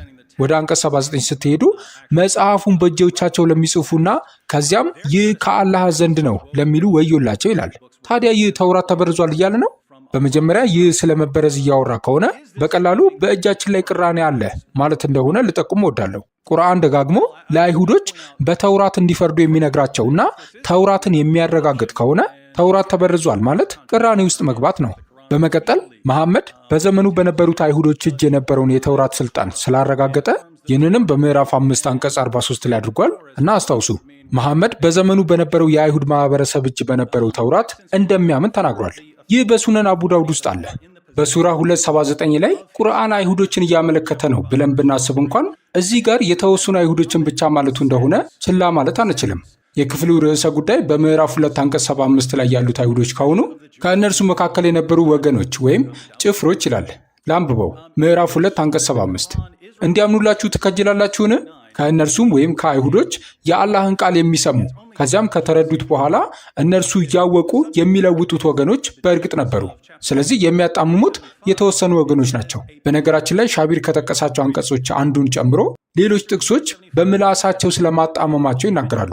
ስለዚህ አሁንም የሆነ አይነት የጽሑፍ መበረዝ አለ ለማለት ወደ አንቀጽ 79 መሄድ አለብን። ነገር ግን ያ አይሰራም። እዚህ ጋር አንድ አስፈላጊ ነገር፣ ሌሎች የቁርአን አንቀጾች የአላህን መገለጦች በዚህ መንገድ የማይሸጡ አይሁዶች እንዳሉ ይናገራሉ። ለምሳሌ ምዕራፍ 7 አንቀጽ 159 ከሙሳም ህዝቦች በእውነት የሚመሩና በእርሱም የሚፈርዱ ትክክለኛ ህዝቦች አሉ ይላል። አሁን እስቲ ያስቡት፣ እዚያ ጋር የሆነ ወገን አለ፣ የሆነ አይነት ጽሑፍ ወይም ተመሳሳይ ነገር እየጻፉ ነው እያለ ነው። ደግሞም ያንን የሚያደርጉ ወገኖች እንዳሉ ይናገራል። ታማኝ ወገኖች አሉ። ታዲያ እንዴት ነው የማይታመኑት ወገኖች ቅዱሳን መጽሐፍቱን ሁሉ ለመበረዝ ቻሉ? ቁርአን ሌሊቱን ሙሉ የአላህን መገለጦች ሲያነቡ ያድራሉ የሚላቸው ታማኞቹ ወገኖች ደግሞ ተውራትን መጠበቅ አቃታቸው የሚባለው? ከዚህ ሁሉ በተጨማሪ ሻቢር ይህንን ያውቃል። ሙስሊም ተንታኞች ይህ ጉዳይ ስለምን እንደሆነ አንዳንድ ሀሳቦች እንዳሏቸው ሻቢር ያውቃል። ሰዎች በመሐመድ እንዳያምኑ ስለፈለጉ ስለ እርሱ የተሳሳተ መግለጫ ጽፈው ይህ ከተውራት ነው ያሉ አይሁዶች ታሪክ አለ። በነገራችን ላይ ያ እንዴት ተውራትን ሊበርዝ ይችላል? እኔ አሁን የሆነ ነገር ጽፌ ይህ ከቁርአን ነው ብል ቁርአንን እንዴት በርዘዋለሁ? አሁን የሆነ ነገር ጽፌ ሄጄ በቁርአን ውስጥ ብጨምረው ቁርአንን በረዝኩት ማለት ነው? አይደለም። ለምን? ምክንያቱም በመላው ዓለም ያሉ ቁርአኖች አሉ። ገምቱ እስኪ። ተውራትም ዘንድ ሁኔታው ተመሳሳይ ነው። አንድ ሰው መሐመድን አልወደውም፣ ስለዚህ ስለ እርሱ የተሳሳተ መግለጫ እጽፋለሁና ከአላህ ዘንድ ነው እላለሁ ቢል ይህ ተውራትን አይበረዘውም። በዚያን ጊዜ በሰሜን አፍሪካ፣ በአውሮፓና በመካከለኛው ምስራቅ ሁሉ የአይሁድ ማህበረሰቦች ነበሩ። አንድን ሙሉ ተውራት ሙሉ በሙሉ ልትቀይረው ትችላለህ። እዚህ ጋር የተባለው ግን ያንን እንኳን አይደለም። ይህ ከአላህ ዘንድ ነው አሉ ነው የሚለው። ስለዚህ ይህ በመላው ዓለም ያለውን ተውራት ሊበርዝ የሚችልበት ምንም አይነት መንገድ የለም። አሁን አንድ ሰው የሆነ ነገር ጽፎ ይህ ከአላህ ዘንድ ነው ማለቱ በሆነ ተአምር በመላው ዓለም ያሉ የአይሁድ ማህበረሰቦችን ይነካል ብለን ብንከራከር እንኳ ምን ይመስላችኋል? ከዚህ በፊት የነበሩ የተውራት ቅጂዎች አሉን አይደል? ቁፋሮ አድርገን አውጥተናቸዋል። የሙት ባህር ጥቅልሎች አሉን። እነርሱ ከዚህ ዘመን ብዙ ጊዜ ቀደም ብለው የነበሩ ናቸው። ስለዚህ በዚያ ዘመን የነበረ አይሁዳዊ የፈለገውን ያህል ተውራትን ሊበርዝ ቢሞክር የሆነ ቦታ ተቀብሮ ያለውን ተውራት ሊቀይረው አይችልም። ደግሞም አስቡት፣ በዚህ ጊዜ ክርስቲያኖችም ተውራት ነበራቸው። የመጽሐፍ ቅዱስ አካል አድርገው ይዘውት ነበር። ስለዚህ ሰዎች በመሐመድ እንዳያምኑ ለማድረግ በአረቢያ ውስጥ የሆነ ነገር መጻፋቸው በዓለም ዙሪያ በአይሁዶችና በክርስቲያኖች እጅ ያሉትን የተውራት ቅጂዎች በሆነ መንገድ ይበርዛል ካላችሁ ይህ ከተአምር ያለፈ ነገር ነው ላለሁ። በነገራችን ላይ ጥቅሱን ማንበባችሁን ከቀጠላችሁ የቅዱሳን መጽሐፍት አንዱ ዋና መርህ ማንበብን መቀጠል ነው። ከዚህ ጥቂት አንቀጾች በኋላ በምዕራፍ 2 አንቀጽ 85 ላይ አላህ ከተውራት የተወሰነውን ክፍል ውድቅ የሚያደርጉትንና ሁሉንም ለመከተል እምቢተኞችን ይኮንናል። አላህ በመጽሐፉ ከፊል ታምናላችሁን? በከፊሉም ትክዳላችሁን? ብሎ ይጠይቃል። አሁን ግን እኛ ምን እየተባለን ነው? አዎ በተውራት የተወሰነ ክፍል እመኑ፣ በሌላው ደግሞ አትመኑ። ሻቢር እንደሚለው የቁርአን መልእክት በተወሰነ የተውራት ክፍል ብቻ እመኑ ከሆነ አላህ በተወሰነ የተውራት ክፍል ብቻ የሚያምኑትን መኮነኑ በጣም የሚገርም ነው። በነገራችን ላይ በዚሁ ክፍል ሱራ 2 አንቀጽ 91 እና 101 ላይ ቁርአን በተለይ ከአይሁዶች ጋር ያሉትን መጽሐፍት እንደሚያረጋግጥ ይናገራል። ከእናንተ ጋር ያለውን እያረጋገጠ ይላል። በ79ኛው አንቀጽ ላይ ተውራታችሁ ተበርዟል እያለ ከሆነ ይህ በጣም የሚገርም ነው። ደግሞም ሱራ 2 ላይ ስንደርስ ተውራት ተበርዞ ከነበረ ከዓመታት በኋላ ሱራ 5 ላይ አይሁዶች ለፍርድ ወደ መሐመድ በመጡ ጊዜ ምላሹ ምን መሆን ነበረበት? መጽሐፍቶቻቸው ስለተበረዙ ወደ አንተ ለፍርድ የሚመጡበት ጊዜ አሁን ነው የሚል መሆን ነበረበት። ይልቁንም አላህ ተውራት እያላቸው ለምን ወደ አንተ ለፍርድ ይመጣሉ ይላል። በዚያ ላይ የተከናወነው ምልክትና መሐመድ ያደረገውን ብታዩ እርሱ በፍርድ ትራስ ላይ ይቀመጣል፣ ተውራቱን አምጡልኝ ይላል። መሐመድ ከፍርድ ወንበሩ ላይ ይነሳና ተውራቱን በፍርድ ወንበሩ ላይ ያስቀምጣል። ፈራጁ ማን ነው? እንደ መሐመድና እንደ ቁርአን አባባል ፈራጁ ተውራት ነው። እኛ ግን እየተባልን ያለነው የተወሰኑ ክፍሎች ብቻ ናቸው አስተማማኝ፣ ቁርአን ደግሞ መበረዙን አጥብቆ ይናገራል የሚል ነው። እንግዲህ እንደ ቁርአን አባባል መጽሐፍ ቅዱስ መበረዙን ለማሳየት የተጠቀሰው አንዱ ክፍል ይህ ነበር። ሌላው ጥቅስ ምዕራፍ 3 ከአንቀጽ 78 እስከ 80 ነበር። ያ ጥቅስ የሚጀምረው ከእነርሱም መጽሐፉን በምላሶቻቸው የሚያጣምሙ ወገኖች በእርግጥ አሉ በማለት ነው። ይህ ሰዎች ስለሚናገሩት ነገር ነው። ይህንንም በቁርአን ውስጥ ደጋግመን እናገኛለን። ትርጉሙን እያጣመምነው እንደሆነ የሚናገሩ እንደዚህ ያሉ ብዙ ጥቅሶች አሉ። እኛ እነዚህ ጥቅሶች ምን ማለት እንደሆኑ እያጣመምን እንደሆነ ነው የሚናገሩት። ነገር ግን አሁንም ቁርአን ከጥቂት አንቀጾች በኋላ ይህንን የማያደርጉ የመጽሐፉ ሰዎች እንዳሉ ይናገራል። ያ ምዕራፍ 3 ከአንቀጽ 78 እስከ 80 ነው። ከዚሁ ምዕራፍ ጥቂት ቆየት ብሎ ያለውን ከአንቀጽ 113 እስከ 115 ላንብበው። ሁሉም እኩል አይደሉም። ከመጽሐፉ ሰዎች ቀጥ ያሉ ወገኖች አሉ። በሌሊት ሰዓቶች የአላህን አንቀጾች የሚያነቡ ሆነው ይሰግዳሉ። በአላህና በመጨረሻው ቀን ያምናሉ። በመልካምም ያዛሉ፣ ከክፉም ይከለከላሉ፣ በበጎ ሥራዎችም ይቸኩላሉ። እነዚያም ከመልካሞቹ ናቸው። ከበጎም የሚሰሩትን ሁሉ ፈጽሞ አይካዱትም። አላህም ጥንቁቆቹን አዋቂ ነው። አሁን እስቲ ይህንን አስቡ። የሆነን የመጽሐፉን ሰው የሚተች ነገር አግኝታችሁ አሃ ይህ ማለት መጽሐፍቶቻቸውን በረዙ ማለት ነው ካላችሁ እና ከጥቂት አንቀጾች በኋላ ደግሞ በነገራችን ላይ ሁሉም እንደዚህ አይደሉም፣ በእርግጥ ጥሩዎችም አሉ የሚል ከሆነ እንግዲህ ይህንን በማንኛውም ማህበረሰብ ላይ ማለት ይቻላል አይደል? ስለ አይሁዶች፣ ስለ ክርስቲያኖች፣ ስለ ሙስሊሞች ማለት ይቻላል። እነሆ ደግሞ መጽሐፍቶቻቸውን የሚከተሉ በጣም ጥሩዎች አሉ ማለት ይቻላል። መጥፎዎች ስላሉ መጽሐፍቶቻቸው ተበርዘዋል ካላችሁ ይህ መጥፎ ሰዎች በነበሩበት በማንኛውም ቅዱስ መጽሐፍ ላይ ይሰራል። ስለተጠብቆ መቆየት በርካታ መከራከሪያዎች ሰጥቻለሁ። ሻቢር ለጠቀስኩት ለሱራ 79 አንቀጽ 157 ምላሽ ሰጥቷል።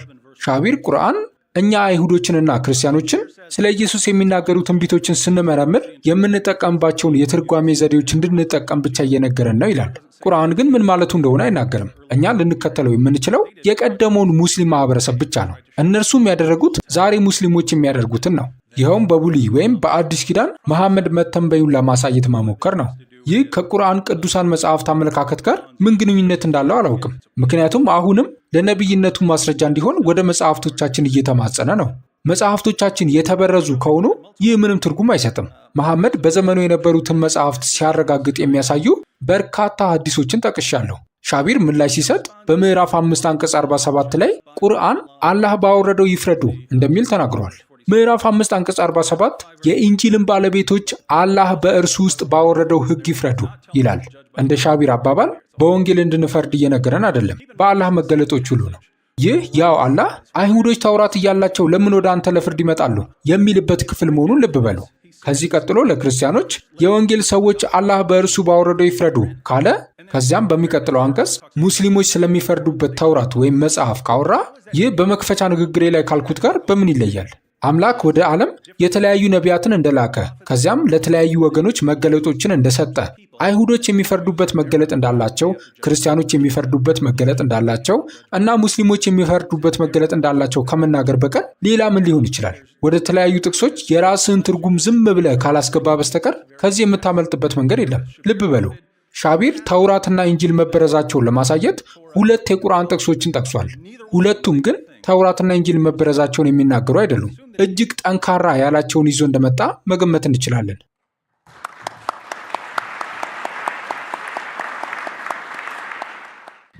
Thank you, David, for that interesting and engaging response. Now, David mentioned in his opening presentation the 3rd chapter of the Quran. ዴቪድ ለሰጠው አስደሳችና ቀልብ የሚስብ ምላሽ አመሰግናለሁ። ዴቪድ በመክፈቻ ንግግሩ ላይ አምላክ ተውራትንና ኢንጂልን ቀጥሎም መለያውን ወይም ፉርቃንን እንዳወረደ የሚናገረውን የቁርአን 3ኛ ምዕራፍ ከ3 እስከ 5 ያሉትን አንቀጾች ጠቅሶ ነበር። ይህንን አንቀጽ የምታስታውሱት ይመስለኛል። መለያ በአረብኛ ፉርቃን ይባላል። እዚህ ጋርም ቁርአንን ራሱን የሚያመለክት ነው። ፉርቃን በአረብኛ፣ ክራይቴሪዮን በእንግሊዝኛ፣ በእውነትና በሐሰት በትክክለኛና በስህተት መካከል የሚለይ ማለት ነው። ስለዚህ ዴቪድ ለእርሱ እንደሚጠቅም አድርጎ በጠቀሰው በዚያው አንቀጽ ላይ ቁርአን እያለ ያለው አምላክ ቀደምት መጽሐፍትን አውርዷል፣ አሁን ግን ወሳኝ የሆነውን መለያ አውርዷል ነው። ሙስሊሞችም ቁርአንን የሚመለከቱት በእውነትና በሐሰት መካከል የሚለይ ወሳኝ መጽሐፍ አድርገው ነው። ቁርአን በፊቱ ያለውን ወይም በይነ የደይሂ ያረጋግጣል የሚሉትን አንቀጾች ዴቪድ እንዳቀረባቸው ከሙስሊሞች አቋም ጋር የሚጋጭ አይደሉም። ምክንያቱም የሙስሊሞች አቋም ዛሬ ያለው መጽሐፍ ቅዱስ ሙሉ በሙሉ ሐሰት ነው የሚል አይደለም። ይልቁንም የሙስሊሞች አቋም መጽሐፍ ቅዱስ ከአምላክ ዘንድ የወረዱ መልእክቶችን እንደያዘ እናምናለን፣ እንዲሁም እናከብራለን። ነገር ግን ስለ አንዳንድ የመጽሐፍ ቅዱስ ክፍሎች ጥርጣሬ አለን። በተለይም ለምሳሌ ኢየሱስ ሰዎች እርሱን ከአምላክ ጋር እንደ አምላክ አድርገው እንዲይዙት የነገረ በሚመስሉ ጥቅሶች ላይ ለምሳሌ ኢየሱስ አብ ከእኔ ይበልጣል የሚልበትን የዮሐንስ ወንጌል ምዕራፍ 14 አንቀጽ 28ን ብንመለከት ሙስሊሞች አዎ አብ ከኢየሱስ እንደሚበልጥ መናገሩ ምክንያታዊ ነው ይላሉ። ነገር ግን ኢየሱስ አምላክን አባት ብሎ መጥራቱ ላይ ሙስሊሞች ሊያመነቱ ይችላሉ። ምክንያቱም በእኛ ትውፊት ውስጥ ኢየሱስ አምላክን በእርግጥ አባት ብሎ እንደጠራው ወይም አምላክን በዚያ መንገድ መጥራት እንዳለብን የሚናገር ነገር የለም። ስለዚህ ከመጨረሻው መለኮታዊ መገለጥ ወይም ከቁርአን ጋር በግልጽ የሚስማማውን እንቀበላለን። ነገር ግን ሌሎች ብዙ ጥቅሶች ዛሬ ባሉበት መልክ እንዲደርሱን ባደረገው የማስተላለፍ ሂደት ላይ ጥርጣሬ አለን። ታዲያ ዴቪድ የትኞቹ ክፍሎች እንደሆኑ እንዴት እናውቃለን ብሎ ጠይቋል። እንግዲህ ይህን ማወቅ ያለባቸው አይሁድና ክርስቲያን ጓደኞቻችን ናቸው። እነርሱም ቁርአን የሚለውን ወደ ጎን ትተው ይህን ለማወቅ እየሞከሩ ነው። ስለ አዲስ ኪዳንና ስለ ዕብራይስጡ የብሉይ ኪዳን ጽሑፎች የሚደረገው ጥልቅ ጥናት ሙስሊሞች ከሚሉት ነገር ውጭ ራሱን ችሎ እየተካሄደ ነው። ሙስሊም፣ ክርስቲያንና አይሁድ ምሁራን ራሳቸው በመጀመሪያ የአምላክ ቃል በነበረውና በኋላ ላይ በማስተላለፍ ስህተቶች ምክንያት በገባው ነገር መካከል ለመለየት ፍላጎት አላቸው። በእርግጥም ብዙ ክርስቲያኖች ይህንን ይገነዘባሉ። ለዚህም ነው ይህች ቤተ ክርስቲያን በድህረ ገጿ ላይ ቅዱሳን መጽሐፍት በመጀመሪያዎቹ የእጅ ጽሑፎች ውስጥ በመንፈስ የተመሩ መሆናቸውን እናምናለን እንጂ ዛሬ በእጃችን ባሉት ላይ ብቻ የማትለው። አሁን ዴቪድ ሱራ 2 ከአንቀጽ 75 እስከ 79 ያለው ስለ ተውራት መበረዝ ይናገራል ለሚለው አባባል ምላሽ ሲሰጥ እንዴት አንድ ሰው መጽሐፉን መጻፉ በዓለም ዙሪያ የተውራት መበረዝን ሊያስከስት ይችላል ብለዋል። እኔም የጠቀስኳቸው ሁለቱ ክፍሎች ይህንንም ባለፈው ንግግር የጠቁም ያለው ይህንን የተለየ መጽሐፍ እያመለከትን ነው ብለው በግልጽ እንደማይናገሩ አምናለሁ። ይህ እኛ ለዚያ ጥቅስ የምንሰጠው ትርጓሜ ነው። ለእኛ እንዲሆኑ ይታየናል። ነገር ግን ቁርአን ስለ ሌሎች ነገሮች ከሚናገረው አኳያ የመጽሐፍ ቅዱስን ታሪኮች ዘግቦ ነገር ግን የታረመውን የታሪኩን ስሪት ከመስጠቱ አንጻር ይህ ለዚያ ጥቅስ የሚሰጥ ምርጥ ትርጓሜ ይመስለኛል። ምናልባት ለዚህ ጥቂት ፈጣን ምሳሌዎችን ልስጥ። በሉቃስ ወንጌል ላይ ለማርያም በተነገረው ብስራት መልአኩ እንዴት ልጅ ሊኖረኝ ይችላል ለሚለው ጥያቄ ሲመልስላት የልዑል ኃይል ይጸልልሻል፣ ስለዚህ ከአንቺ የሚወለደው የእግዚአብሔር ልጅ ይባላል ይላታል። ይህ ላዩን ሲታይ አምላክ እዚህ ምድር ላይ በሚደረግ ግንኙነት ውስጥ የአንድን ሰው ቦታ እንደወሰደ አይነት ስሜት ይሰጣል። ነገር ግን ቁርአን ያንኑ ታሪክ ሲዘግብ ማርያም ወንድ ሳይነካኝ እንዴት ልጅ ይኖረኛል ብላ ስትጠይቅ የሚሰጣት ምላሽ ይህ በአላህ ላይ ቀላል ነው፣ አላህ አንድን ነገር በወሰነ ጊዜ ሁን ይለዋል ይሆናልም የሚል ነው። ስለዚህ አምላክ እንዲህ አይነት የቅርብ ከሆነ ሰብአዊ ግንኙነት የራቀ ነው። ቁርአን ታሪኩን በድጋሚ ተርኮታል። የሲድኒ ግሪፊዝ ነጥብም ይህ ነበር። ብዙ ጊዜ በዚህ ርዕስ ላይ ክርስቲያን ጓደኞቻችን ለእኛ ለሙስሊሞች ሊነግሩን የሚፈልጉት ነገር መሐመድ መጽሐፍ ቅዱስ ምን እንደያዘ ስለማያውቅ ቁርአን ከመጽሐፍ ቅዱስ ጋር ተመሳሳይ ነገር እያስተማረ እንደሆነ አስቦ ነበር የሚል ነው። በኋላም ሙስሊሞች መጽሐፍ ቅዱስ የተለየ መሆኑን ሲያውቁ በቁርአን ላይ ያላቸውን እምነትና የነቢዩ መሐመድን ታማኝነት ለመጠበቅ ሲሉ መጽሐፍ ቅዱስ ተለውጧል የሚለውን ሐሳብ ፈጠሩ ይሉናል። ነገር ግን ሲድኒ ግሪፊዝ እንደጠቆመው በቁርአን ውስጥ ከፍተኛ የሆነ የመጽሐፍ ቅዱስ እውቀት አለ። ቁርአን ስለ መጽሐፍ ቅዱስ የማያውቅ መጽሐፍ አይደለም። አሁን አላህ ይህንን አውረደ ወይም መሐመድ ይህንን ጻፈ ከሚል ክርክር ለመራቅ ቁርአንን እንደ ራሱ የማሰብ ችሎታ እንዳለው አካል አድርጌ እያወራው ነው። የቻልኩትን ያህል ገለልተኛ አቋም እየወሰድኩ ነው። አሁን ቁርአን እነዚያን የመጽሐፍ ቅዱስ ታሪኮች ያውቃል። ነገር ግን ለእነዚያ አሮጌ ታሪኮች የነጹ ስሪቶችን እየሰጠ ነው። ወደ ኦሪት ዘፍጥረት እንሂድ። የመጀመሪያዎቹን 3 ምዕራፎች ዘፍጥረት ምዕራፍ 1 እስከ 3ን እንክፈት። የአዳምና የሔዋን አፈጣጠርና የመጀመሪያው ኃጢአት ታሪክ። ምንም እንኳን ቁርአን በተለያዩ ምዕራፎች ውስጥ ታሪኩን ደጋግሞ ቢጠቅሰውም ቁርአን ለታሪኩ የሚሰጠው ትርጉም በጣም የተለየ ነው። እዚህ ጋር ለመጥቀስ ጊዜ ካለኝ አንዱ ልዩነት ጊዜ ቢፈቅድልኝ ብዙ መጥቀስ እችላለሁ። በእያንዳንዱ ሁኔታ ቁርአን ታሪኩን እያሻሻለው መሆኑን ታያላችሁ። አሁን በዘፍጥረት ታሪክ ውስጥ እባቡ መጥቶ ሴቲቱን ያናግራታል። ከተከለከለው ዛፍ እንድትበላ ያሳምናታል። እርሷም መልካም መሆኑን አየች፣ ለባሏም ሰጠችውና በላ። በኋላም በመጽሐፍ ቅዱስ ውስጥ በአዲስ ኪዳን ላይ ሆን ብሎ የበላው ወንዱ ሳይሆን ሆን ብላ የበላችውና ለባሏ የሰጠችው ሴቲቱ ናት የሚል ነጥብ ይሰፍራል። ስለዚህ ሴቲቱ ወንዱን አሳልፋ የሰጠች ተደርጋ ትታያለች። አሁን በቁርአን ውስጥ ታሪኩ ብዙ ጊዜ ተተርኳል። ነገር ግን አብዛኛውን ጊዜ የሚለው ሰይጣን ለሁለቱም በሹክሹክታ ነገራቸው ነው። በቁርአን ውስጥ አንድ ጊዜ ብቻ ነው ከሁለቱ አንዱ ብቻውን ተለይቶ የተጠቀሰው። ያ ተለይቶ የተጠቀሰው ሔዋን ሳትሆን አዳም ነው። በ20ኛው ምዕራፍ ላይ ሰይጣን ለእርሱ ወይም ለወንዱ ወይም ለአዳም በሹክሹክታ እንደነገረው ይናገራል። በቁርአን ውስጥ ሴቲቱ ለብቻዋ ለጥፋት ተለይታ ተጠቅሳ አታውቅም። ለምን? ቁርአን ታሪኩን በድጋሚ እየተረጎመና የተለየ ስሪት እየሰጠን ስለሆነ ነው። ይህ ከመጀመሪያው ታሪክ ካለማወቅ ሳይሆን ታሪኩን እንደገና በመቅረጽ ለዘመናዊ አንባቢዎቻችን እንዲስማማ ለማድረግ ነው። ይህ ደግሞ ከ1400 ዓመታት በፊት ነበር። ስለዚህ የቁርአን አቋም እነዚያን ታሪኮች በመጽሐፍ ቅዱስ ውስጥ ታያላችሁ፣ ተለውጠዋል፣ ትክክለኛው ታሪክ ይኸውላችሁ የሚል ነው። ነገር ግን ቁርአን ይህንን የሚያደርገው ረቀቅ ባለ መንገድና ለመጀመሪያዎቹ ሰሚዎቹ በሚስማማ መልኩ ነው። ቁርአን ሁል ጊዜ አይሁዶችንና ክርስቲያኖችን በግልጽና ፊት ለፊት በመቃወም ብዙ ስኬት አያገኝም ነበር። ስለዚህ ቁርአን በአብዛኛው ስለ ሃይማኖታቸው፣ ስለ መጽሐፍቶቻቸውና ስለ እነርሱ እንደ ግለሰብ በጥሩ ሁኔታ ይናገራል። ኤርነስት ሃን የተባለ ክርስቲያን በአንድ ጽሑፉ ላይ እኛ ክርስቲያኖች ቁርአን የሚያዘንብልንን ያንን ያህል ውዳሴ በእርግጥ ይገባናል ወይ ብሎ እስኪጠይቅ ድረስ ያወድሳቸዋል። ስለዚህ ቁርአን ያወድሳል፣ ነገር ግን አልፎ አልፎም ይወቅሳል። እኛም ውዳሴውንና ወቀሳውን በአንድ ላይ ማየት አለብን። ስለዚህ አንዳንድ ሰዎች የተውራት ቅጂዎችን ጽፈው ሊሆን ይችላል። እኛም የተረፉትን ቅጂዎች ይዘናል። እንደ እውነቱ ከሆነ ይህንን የፈጠሩት ሙስሊሞች አይደሉም። ነቢዩ ኤርሚያስ ቀድሞውኑ በመጽሐፍ ቅዱስ ውስጥ በኤርሚያስ ምዕራፍ 8 አንቀጽ 8 ላይ ታውራት እንደተበረዘ ይናገራል። የጸሐፊዎቻችሁ ሐሰተኛ ብዕር ሐሰት እያስተናገደ እንዴት አዋቂዎች ነን፣ የእግዚአብሔር ሕግ አለን ትላላችሁ። ኤርሚያስ ምዕራፍ 8 አንቀጽ 8 እንዲህ ይላል። ቁርአን በዚያው መስመር በቀደሙት መጽሐፍት ውስጥ ለውጦች ተከስተዋል እያለ ነው ዴቪድ። ነገር ግን ቁርአን አንዳንዶቹ ታማኞች እንደነበሩ ይናገራል። እነዚያ ታማኞች ደግሞ መጽሐፍቱን ጠብቀው መሆን አለበት ይላል። ምናልባት አዎ፣ ምናልባት አይደለም። ስቲቨን ቢንግተን በመጽሐፍ ቅዱስ ትርጉሙ ላይ መቅድም ጽፏል። በዚያ መቅድም ላይ ኤርሚያስ በምዕራፍ 8 አንቀጽ 8 ላይ የተናገረውን ያስታውሳል። እንዲህም ይላል፣ ኤርሚያስ በዘመኑ ስለነበሩት መጽሐፍት እያማረረ ቢሆንም አሁን በእጃችን ያለው ያው ኤርሚያስ እያማረረበት የነበረው የተበረዘው መጽሐፍ እንዳልሆነ ለማረጋገጥ እንቸገራለን። ስለዚህ ይህ አንድ ሰው ሊያስረዳው የሚገባ ጉዳይ ሆኖ ተትቷል። ዴቪድ የሙት ባህር ጥቅልሎችን ጠቅሷል። ዴቪድ በሙት ባህር ጥቅልሎች መካከል የተለያዩ የብሉይ ኪዳን ስሪቶች መገኘታቸውን ተገንዝበዋል። አንደኛው የታዋቂው ንባብ መሰረት የሆነው የማሶሬቲክ ጽሑፎች የመጀመሪያ ቅርጽ አለ። ነገር ግን የሴፕቱዌንት ስሪት፣ የሳምራውያን ስሪት እንዲሁም እኛ ካለን ከማንኛውም ስሪት ጋር የማይመሳሰል ሌላ ስሪትም ተገኝቷል። ስለዚህ በሙት ባህር ላይ 4 የተለያዩ የብሉይ ኪዳን ስሪቶች ተገኝተዋል። ዴቪድ ቁርአን ራሱ በመጽሐፉ ከፊል አምናችሁ በከፊሉ መካድ የለባችሁም ይላል ብለዋል። እውነት ነው። ነገር ግን ይህ ለአይሁዶች ሲነገር የቁርአንን የአነጋገር ዘይቤ መረዳት አለባችሁ። ይህ ደግሞ ሲድኒ ግሪፊዝ ትኩረት ከሰጠባቸው ነጥቦች አንዱ ነው። ቁርአን የአነጋገር ዘይቤ አለው። በእርግጥም ከሰዎች ጋር እየተከራከረ ነው። በክርክር ጊዜ ደግሞ ሁል ጊዜ ነገሮችን እንደ እውነታ መግለጫ ብቻ አትናገርም። ይልቁንም ተቃዋሚህን አጣብቂኝ ውስጥ ታስገባዋለህ። ኢየሱስን አስቡ። ሰዎች ወደ እርሱ ቀርበው እነዚህን ነገሮች በማን ስልጣን ታደርጋለህ ብለው ጠየቁት። እርሱም እሺ ስለ መጥምቁ ዮሐንስና ስለ ጥምቀቱ ንገሩኝ ጥምቀቱ ከማን ስልጣን ነበር አላቸው። ተቃዋሚዎቹ ሊመልሱለት ባለመቻላቸው ትተውት ሄዱ።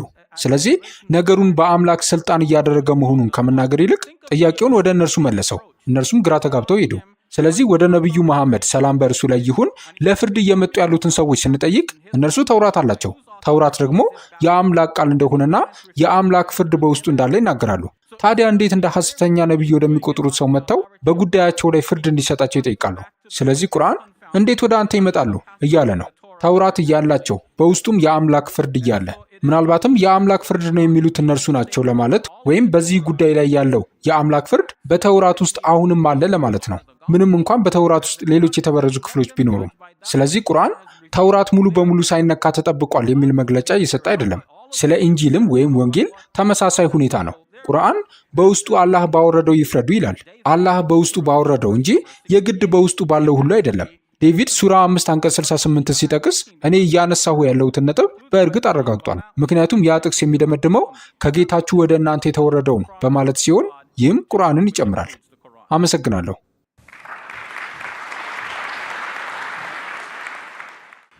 Right, Shabir seems interested in textual variants, as if these show that a text has actually been corrupted. That's very interesting because there are textual variants that go back to the very... እሺ ሻቢር የጽሑፍ ልዩነቶች አንድ ጽሑፍ በእርግጥ መበረዙን እንደሚያሳዩ አድርጎ ለማሳየት የሚፈልግ ይመስላል። ይህ በጣም የሚገርም ነው። ምክንያቱም ገና ከመጀመሪያው የእስልምና ዘመን ጀምሮ የሚገኙ የጽሑፍ ልዩነቶች አሉ። ኡስማን እነዚህ ልዩነቶች ለመደበቅ ሲል ሁሉንም ሰብስቦ ለማቃጠል ሞክሯል። ነገር ግን አሁንም በተለያዩ ጽሑፎች ውስጥ ተመዝግበው ቀርተዋል። አንድ ምሳሌ ልስጥ። የዩሱፍ አሊ የቁርአን ትርጉም ያለው ሰው ሁሉ ይህንን ራሱ ሊያነበው ይችላል። የዩሱፍ አሊ ትርጉም ሱራ 33 አንቀጽ 6 እንዲህ ይላል፣ ነቢዩ ለምዕመናን ከነፍሶቻቸው ይበልጥ የቀረበ ነው፣ ሚስቶቹም እናቶቻቸው ናቸው። እዚህ ጋር ምንም ችግር የለም። ነገር ግን ስለ ሌሎች የቁርአን ስሪቶች የሚናገረውን የግርጌ ማስታወሻ ስትመለከቱ ሁኔታው ይቀየራል። ዩሱፍ አሊ በግርጌ ማስታወሻው ላይ እንዲህ ይላል፣ እንደ ኡበይ ኢብን ከአብ ባሉ አንዳንድ ቂራአቶች ወይም ንባቦች ውስጥ እርሱም ለእነርሱ አባት ነው የሚሉ ቃላትም ይገኛሉ። ይህም የእርሱን መንፈሳዊ ዝምድናና ሚስቶቹ እናቶቻቸው ናቸው ከሚለው ቃል ጋር ያለውን ትስስር ያሳያል። ስለዚህ አሁን በእጃችሁ ያለው ቁርአን ሚስቶቹ እናቶቻቸው ናቸው ይላል። ኡበይ ግን በቁርአኑ ውስጥ መሐመድ ለእነርሱ አባት ነው የሚሉ ቃላት ነበሩት ይላል። ይህ ልዩነት ይባላል። ይህም ማለት እንደ ኡበይ ኢብን ከአብ፣ ኢብን መስዑድ እና ሌሎችም የነበሯቸውን የቀድሞ የቁርአን ሰነዶች ሁሉ ብታነጻጽሩ ብዙ ልዩነቶችን ታገኙ ነበር ማለት ነው። ታዲያ እነዚህ ልዩነቶች ቁርአን ተበርዘዋል ማለት ናቸው? መልሳችሁ አይደለም ከሆነ በመጽሐፍ ቅዱስ የእጅ ጽሑፎች ውስጥ የጽሑፍ ልዩነቶች መኖራቸው ተውራት ወይም ኢንጂል ተበርዟል ማለት አይደለም። እኛ ዋናዎቹን ጽሑፎች እናረጋግጣለን። እናንተ ግን የቁርአን ዋናዎቹ የእጅ ጽሑፎች የላቸውም አይደል? ያላችሁ ኡስማን ያወጣው ነው። ይህም ኡስማን አሁን እነዚህ ሁሉ ልዩነቶች ሊመጡብን ነው የሚል ቅሬታ ካቀረበ በኋላ የቁርአን የእጅ ጽሑፎችን የማቃጠል ዘመቻ ካካሄደ በኋላ የተገኘ ነው። በነገራችን ላይ እኔ ይህ የቁርአን መበረዝ ነው ብዬ አላስብም። ምክንያቱም ሰዎች ነገሮች ሲገለብጡ ስህተት ሊሰሩ እንደሚችሉ እረዳለሁ። ለዚህም ነው የጽሑፍ ትችት ጥናት ወይም ቴክስቹዋል ክሪቲሲዝም ሳይንስ ያለው። ነጥቤ ግን በመጽሐፍ ቅዱስ ውስጥ ልዩነቶች ስላሉ ተበርዘዋል የምትሉ ከሆነ ቁርአንም በተመሳሳይ ሁኔታ ውስጥ ነው ያለው። ሻቢር ቁርአን መለያ ወይም ፉርቃን ተብሏል። ስለዚህ ቁርአን የእውነተኛ መገለጥ መለያ ነው ይላል። በእርግጥ ሱራ 3 አንቀጽ 3 እና 4 መለያው ምን እንደሆነ በግልጽ አይናገሩም። ቁርአን መለያ ነው አይሉም። አንዳንድ ሙስሊሞች ይህ መዝሙርን ወይም ዘቡርን የሚያመለክት ነው ብለው ይከራከራሉ። ነገር ግን ቁርአን መለያ ነው ብንል እንኳን ቁርአን ተውራትንም መለያ ብሎ ይጠራል። ለምሳሌ የቁርአን ሱራ 2 አንቀጽ 53 ለሙሳም ትመሩ ዘንድ መጽሐፍንና መለያን ወይም ፉርቃንን በሰጠነው ጊዜ አስታውሱ ይላል። ስለዚህ ሌሎች መጽሐፍትም መለያ ተብለዋል። ሻቢር ያቀረባቸውን ጥቅሶች ብታዩ አንዳቸውም ቢሆኑ በተውራትና በኢንጂል ውስጥ የሆነ ነገር ስለመበረዙ አያሳዩም። እርሱ ጥሮቹ አይሁዶችና ክርስቲያኖች መጽሐፍቶቻቸውን እንደሚጠብቁ በምን እናውቃለን ይላል። ነጥቡ ይህ አይደለም። እኔ እያልኩ ያለሁት ታማኝ ያልሆኑ አይሁዶች ወይም ክርስቲያኖች አሉ የሚለው የቁርአን ቃል መጽሐፍቱ በመላው ዓለም ተበርዘዋል ማለት ከሆነ ቁርአን ጥሮቹን አይሁዶችና ክርስቲያኖች ማሞገሱ ደግሞ ተቃራኒውን ወይም አልተበረዘም የሚለውን አያሳይምን የሚል ነው። እንደ እውነቱ ከሆነ አጠቃላይ አቋሙ በጣም የሚገርም ነው። እነዚያ መጥፎ ሙስሊሞች ተመልከቱ። ስለዚህ ቁርአን በመላው ዓለም ተበርዟል ማለት ምን ያህል አስቂኝ ነው። መጥፎ ክርስቲያኖችን ወይም መጥፎ አይሁዶችን ተመልከቱ። ስለዚህ መጽሐፍቶቻቸው ተበርዘዋል ማለት ፍጹም የማይቻል ነገር ነው። እኔ አሁን ይህንን ቁርአን የፈለኩትን ያህል ላበላሸው እችላለሁ። ይህ ግን ቁርአንን አይቀይረውም። ሊሆን አይችልም። ሻቢር የሚጠቀምበት ዘዴ እኔንም በተለየ መንገድ ሊጠቅመኝ ይችላል። ቁርአን ደጋግሞ የተውራትና የኢንጂልን መውረድና ተጠብቆ መቆየት በፊቱ ባለው ወይም በይነ የደይሂ መልክ ያረጋግጣል።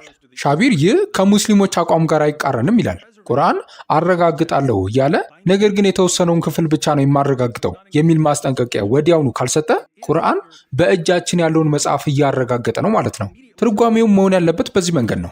ቁርአን የሚለውን ሳይሆን ሌላ የተደበቀ ትርጉም አለው ካልን ችግር ውስጥ እንገባለን። ምክንያቱም በቁርአን ውስጥ የሆነ ሰው የሆነ ነገር ጽፎ ይህ ትንቢት ከተውራት ነው ማለቱን እንደ ማስረጃ ወስዳችሁ ተውራት በመላው ዓለም ተበርዟል ካላችሁ ይህንንም በማንኛውም መጽሐፍ ላይ ማድረግ ትችላላችሁ። ምን ማለቴ ነው? በቁርአን ውስጥ ስለ ማንኛውም ጽሑፍ ከተነገሩት በጣም ጠንካራና አስከፊ ቃላት የተነገሩት ስለ ተውራት ወይም ስለ ኢንጂል ሳይሆን ስለ ቁርአን ራሱ ነው። እንዴት? ሱራ 15 ከአንቀጽ 89 እስከ 91 ላይ እንዲህ ይላል፣ እኔ ግልጽ አስፈራሪ ነኝ በል፣ በእነዚያም ቁርአንን ቁርጥራጭ ባደረጉት ላይ እንዳወረድ ነው። ዩሱፍ አሊ ቁርአንን እንደፈለጋቸው ቁርጥራጭ ባደረጉት ብሎ ተርጉሞታል። ፓልመር ደግሞ ቁርአንን በቆራረጡት ብሎታል። አሁን ቁርአን ቁርጥራጭ ተደርጓል መባሉ ቁርአን ተበርዟል ማለት ነው? እኔ እንደዚህ አላስብም። ለምን? ምክንያቱም ቁርአን በሌላ ቦታ ማንም ሊለውጠው እንደማይችል ስለሚናገር። ነገር ግን የሻቢርን ዘዴ ብከተል ኖሮ የሆነ መበረዝ የሚመስል ነገር ፈልጌ ሁሉንም ግልጽ ጥቅሶች በዚያ ተርጉመው ነበር። አረጋግጥላቸዋለሁ። ቁርአን ተውራትን ቁርጥራጭ ያደረጉት ወይም ኢንጂልን ቁርጥራጭ ያደረጉት ብሎ ቢሆን ኖሮ ዛሬ በሙስሊሞች ዘንድ ተውራት መበረዙን ለማሳየት ትልቁ ማስረጃ በሆነ ነበር። ነገር ግን ይህ የተባለው ስለ ቁርአን ነው። ስለዚህ ምንም አያሳይም ይባላል። ይህ በጣም የሚገርም የአሰራር ዘዴ ነው። ኤርምያስ 8:8ም ተመሳሳይ ነው። የጸሐፊዎች የሐሰት ብዕር ይላል። በዚያን ጊዜ አይሁዶች የራሳቸውን ትርጓሜዎች ይጽፉ እንደነበርና ትክክለኛ እንደሆኑ አድርገው ያቀርቡ እንደነበር እናውቃለን። ኤርምያስ የተውራት ጽሑፎች ተበርዘዋል እያለ ነው? አይደለም። ምክንያቱም በኤርምያስ መጽሐፍ ውስጥ በሌሎች ቦታዎች ለምሳሌ ምዕራፍ 26 ከቁጥር 4 እስከ 6 እግዚአብሔር ሕጉን እንዲከተሉ ይነግራቸዋል። የኤርምያስ መጽሐፍ አጠቃላይ ይዘት ትክክለኛ የሆነ የተውራት ቅጂ እንዳለ ያሳያል። ስለዚህ ተመሳሳይ አካሄድ ልብ በሉ። ወደ ቁርአን ትሄዳላችሁ። ተውራትና ኢንጂል መበረዛቸውን በጥቂቱም ቢሆን ሊያመለክት የሚችል ነገር ትፈልጋላችሁ። ያ ማስረጃችሁ ይሆናል። ነገር ግን መጽሐፍቱ ከአላህ ዘንድ የወረዱ ተጠብቀው የቆዩና ስልጣን ያላቸው መሆናቸውን የሚያሳዩትን ግልጽ ጥቅሶች ሁሉ ደግሞ በተለየ መንገድ ትተረጉማላችሁ። በመጽሐፍ ቅዱስም ላይ የምታደርጉት ያንኑ ነው። ተውራት ተበርዟል ተብሎ ሊተረጎም የሚችል ጥቅስ ትፈልጋላችሁ። ከዚያም አዎ ትርጉሙ ተውራት ተበርዟል ማለት ነው ትላላችሁ። ያ ትርጓሜ የማይሰራ መሆኑን የሚያሳዩትን ሌሎች ጥቅሶች ግን ችላ ትላላችሁ። የሚገርም የአሰራር ዘዴ ነው። So it's getting very interesting as we go. Let me then share some thoughts on what David has presented before us. እንግዲህ የሄድን ስንመጣ ነገሩ በጣም ትኩረት የሚስብ እየሆነ መጥቷል።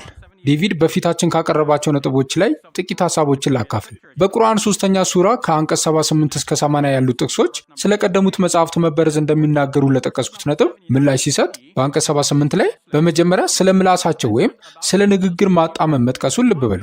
ነገር ግን ከዚህ በበለጠ አንቀጽ 79ና 80 ለአዲስ ኪዳን ሙስሊሞች የሚጠቁሙት በአዲስ ኪዳን ስለ ኢየሱስ ከተጠቀሱት ነገሮች መካከል አንዳንዶቹ በእርግጥ ከእርሱ ሊሆኑ እንደማይችሉ ነው። ምክንያቱም በአንቀጽ 79 ላይ አንድ ነቢይ ከአላህ ጋር እኔን ተገዙኝ ሊል እንደማይችል ይናገራል። የሚቀጥለው አንቀጽ ደግሞ አንድ ነቢይ ሰዎች ነቢያትንና መላእክትን ከአላህ ሌላ እንደ አምላክ አድርገው እንዲይዙ ሊያዝ እንደማይችል ይናገራል። ስለዚህ በአዲስ ኪዳን ውስጥ ስላለው የኢየሱስ አምላክነት ሙስሊሞች በተፈጥሮ ጥንቃቄ የሚያደርጉት ሙስሊሞች ያንን ሐሳብ መፍጠር ስለፈለጉ ሳይሆን ያ ሐሳብ ቀድሞውኑ በቁርአን ውስጥ ስላለ ነው። ቁርአን ለሙስሊሞች ይህንን እየነገራቸው ነው። ስለዚህ ቁርአን ሁሉንም ነገሮች እያለ ነው። ቁርአን በመጽሐፍ ቅዱስ ውስጥ ብዙ መልካም ነገር እንዳለ ይናገራል። ሙስሊሞች መጽሐፍ ቅዱስን ማክበር ያለባቸው ለዚህ ነው። ከአላህ ዘንድ የወረደ መገለጥን ይዟል።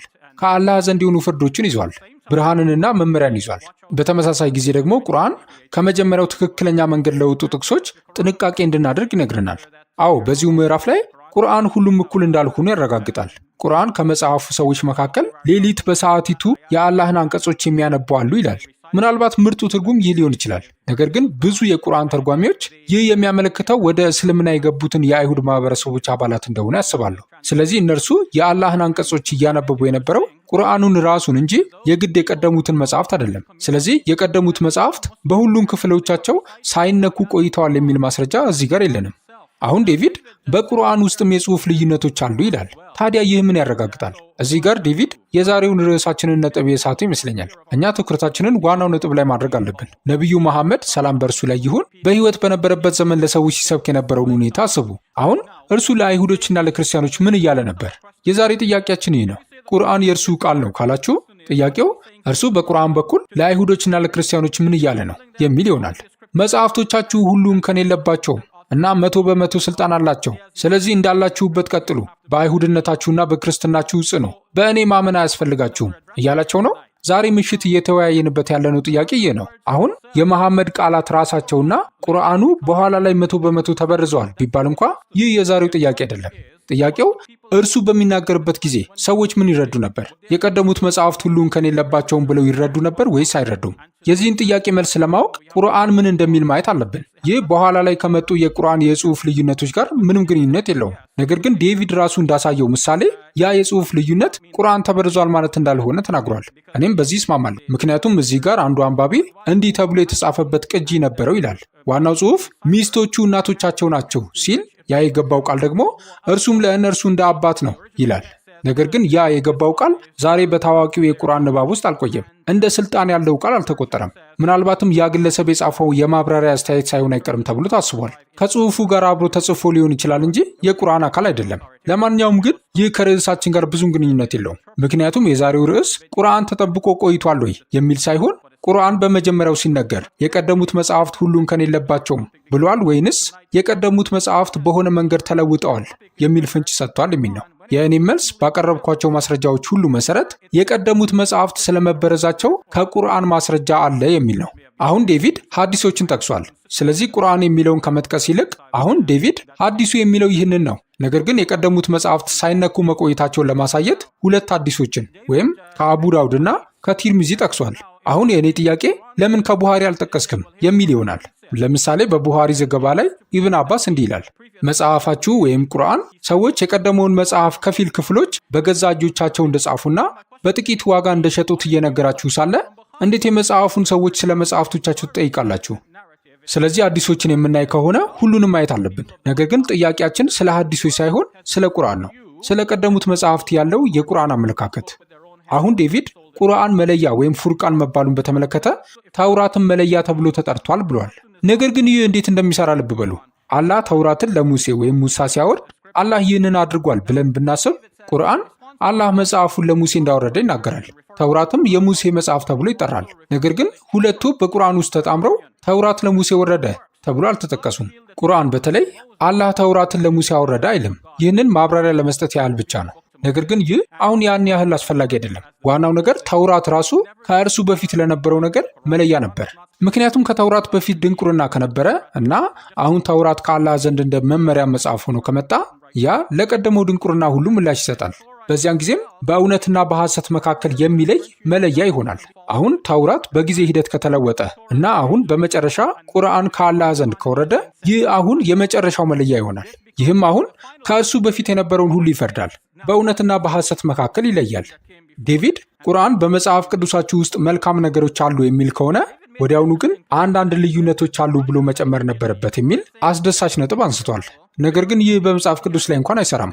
ኢየሱስ ሚስቱን ፈቶ ሌላ የሚያገባ ሁሉ በእርሷ ላይ ያመነዝራል ማለቱን አስቡ። እንግዲህ ይህ በማርቆስና በሉቃስ ወንጌል ላይ አለ። ነገር ግን ማቴዎስ ከዝሙት ምክንያት በቀር የሚል ልዩነት ይጨምራል። ታዲያ አሁን ኢየሱስ ይህንን እንደተናገረ ሲጽፉ ሁሉም ተመሳሳይ ልዩነት መጨመር ነበረባቸው። ማርቆስም ሆነ ሉቃስ በተመሳሳይ ጊዜ ሊጨምሩት ይገባ ነበር ብለን እንከራከራለን?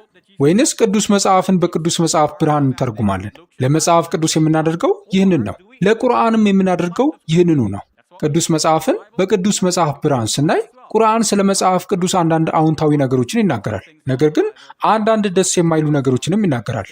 ሁሉንም በአንድ ላይ ማየት አለብን። ቁርአን በሱራ 15 ላይ ቁርአንን ቁርጥራጭ ስላደረጉ ሰዎች ይናገራል። ይህም ማለት ከእርሱ ውስጥ ከፊል ክፍሎችን ወስደው የፈለጉትን ትርጉም የሚሰጡ ሰዎች ሊሆኑ ይችላሉ። ዴቪድ ዛሬ ምሽት ያንኑ ነገር አላደረገም ብዬ ተስፋ አድርጋለሁ።